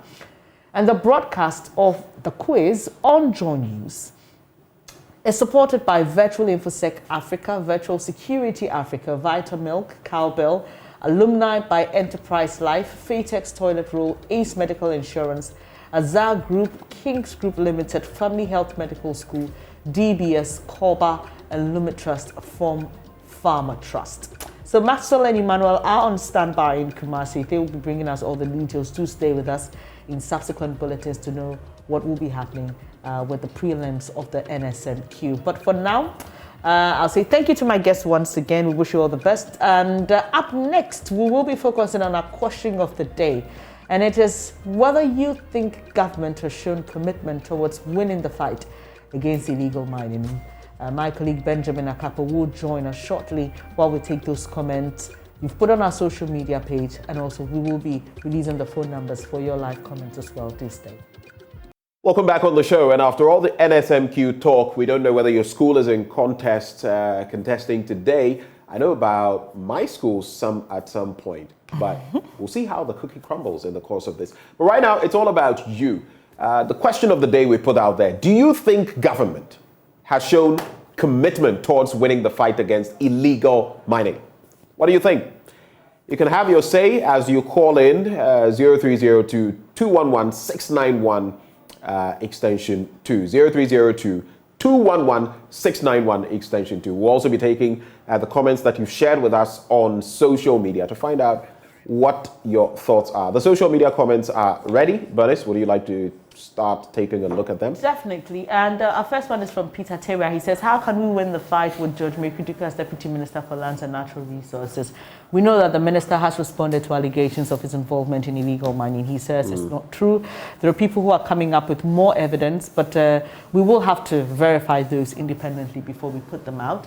But Albert Bope says, we the citizens should stop the galamsey. The president can't win if we don't stop. And Mensa Edwards says, if you think that any government can stop galamsey without those involved helping them, we have a long way to go. Even at a local level, these miners either mingle with the chief either mingle with chieftaincy disputes or politicize it, so they go scot-free. And we Ghanaians sit in our crime, blame chiefs and governments. Someone thinks that the NDC is sabotaging the government. He doesn't tell us how or why he thinks so. Benjamin Asino says, until we see positive measures being implemented, but not just mere promises and engagement. So I guess what he's intimating is that nothing will happen until we see better implementation, not just promises and these sorts of engagement. Okay. Someone thinks the president cannot fight galamsey because he lied in a position for power. This one says, no one can stand in the way of governments. It's the same government that is destroying everything. So he sides with those who say, if we want to do it, we will do it. And Francis says, the government itself is the kingpin. Okay, well. Anita says, party hiasika. Interesting. People have been throwing that expression around a lot when it comes but you know why, right? Goes back to that tape and, yeah. what some say was taken out of context. But where, obviously that line was used, say, party hiasika, intino, whatever that meant at the time. Well, Mimi says the government itself, okay. We can't From take the that. cleaner to the president, okay, all right. Usman Suleimana says, because the media that is supposed to expose the rot and loots of our land by big individuals, what I'm concerned, but they all they come back to follow daily training. Usman Suleiman, I honestly, there are people who say the media hasn't done enough, but in this regard, I totally disagree. I remember about 4 or 5 years ago when we started this fight against illegal mining, it was the media. In fact, there was a media coalition against Galamsey. And we fought this really hard. I remember there was a particular week where all we did was illegal mining and the roads and arrest us and the entire team. I don't think it would be fair to blame the media. Even I don't think it's fair, but I think in a sense people also want to see more and more. They don't want the fight to stop.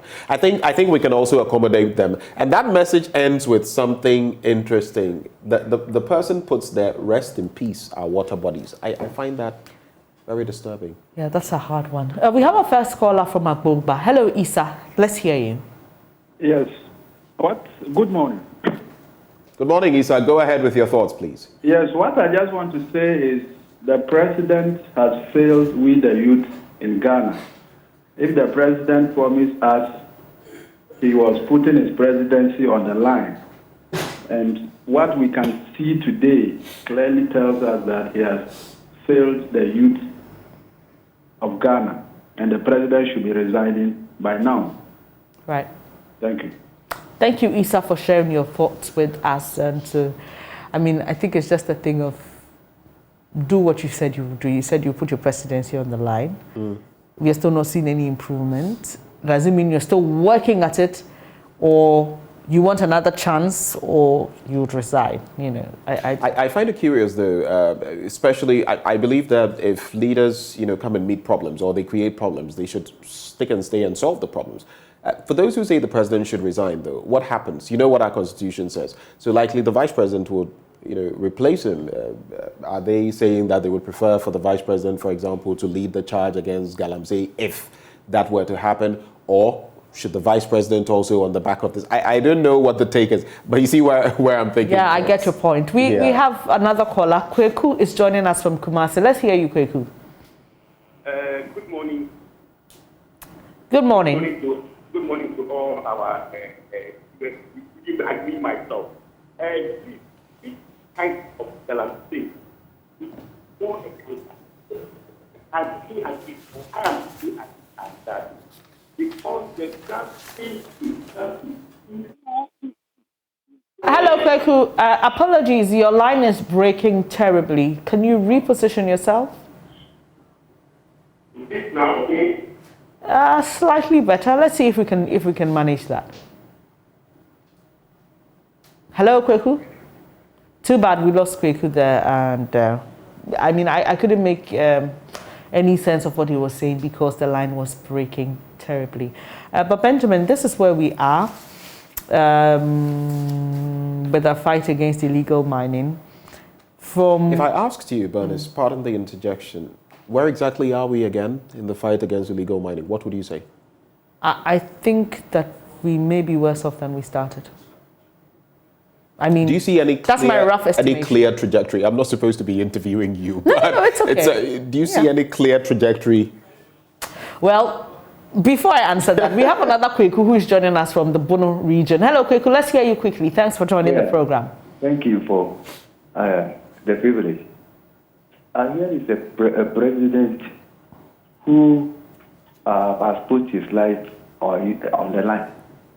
Now, immediately after that, he got some people trained in China, and that was the beginning of this champagne, and then the other machine being brought to the country.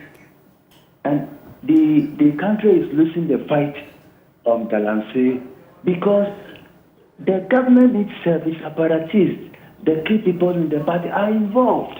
And in such a situation, you just cannot crack the whip. This is the bottom line.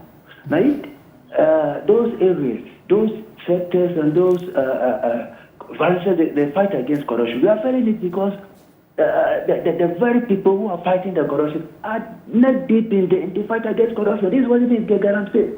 The blame should be laid at the doorsteps of government because the key government functionaries are involved. That's why they cannot crack the whip. That's all. Right. Thank you, Kweku. And just a quick correction. That the president said he will put his presidency, not his life, on the line. That was just a quick one there. But Benjamin, to wrap up this conversation, I think the question we should be asking now is, what will it take us to end this?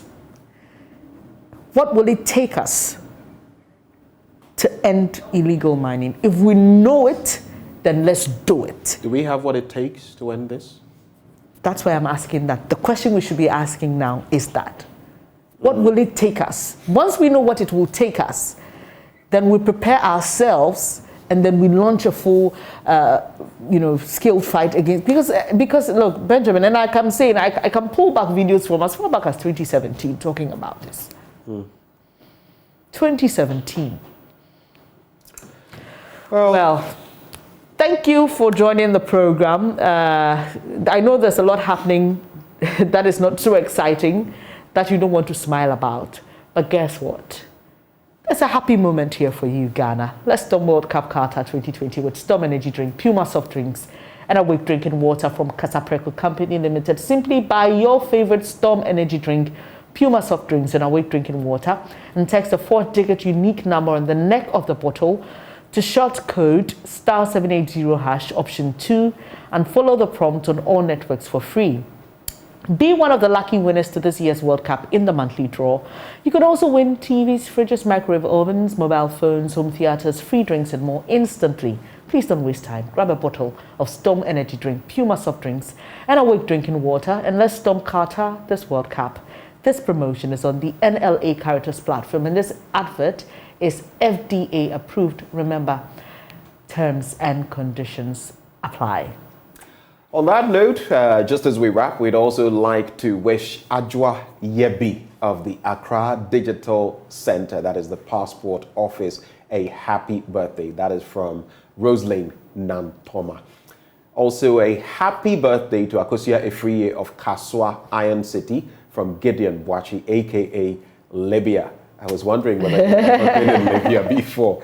But to both of you, very happy birthdays and God richly bless you. All right, but from Benjamin and myself, it's goodbye for now. Take care. Yep. Stay safe. Remember to mask up if you are in an enclosed area.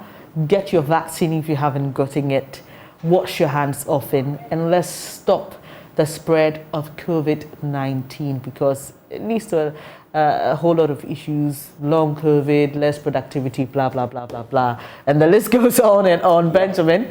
And so we will be back, God willing, tomorrow morning with another exciting edition of the show that thinks first about you and what matters to you. But for now, it's goodbye from us. Up next is News Desk.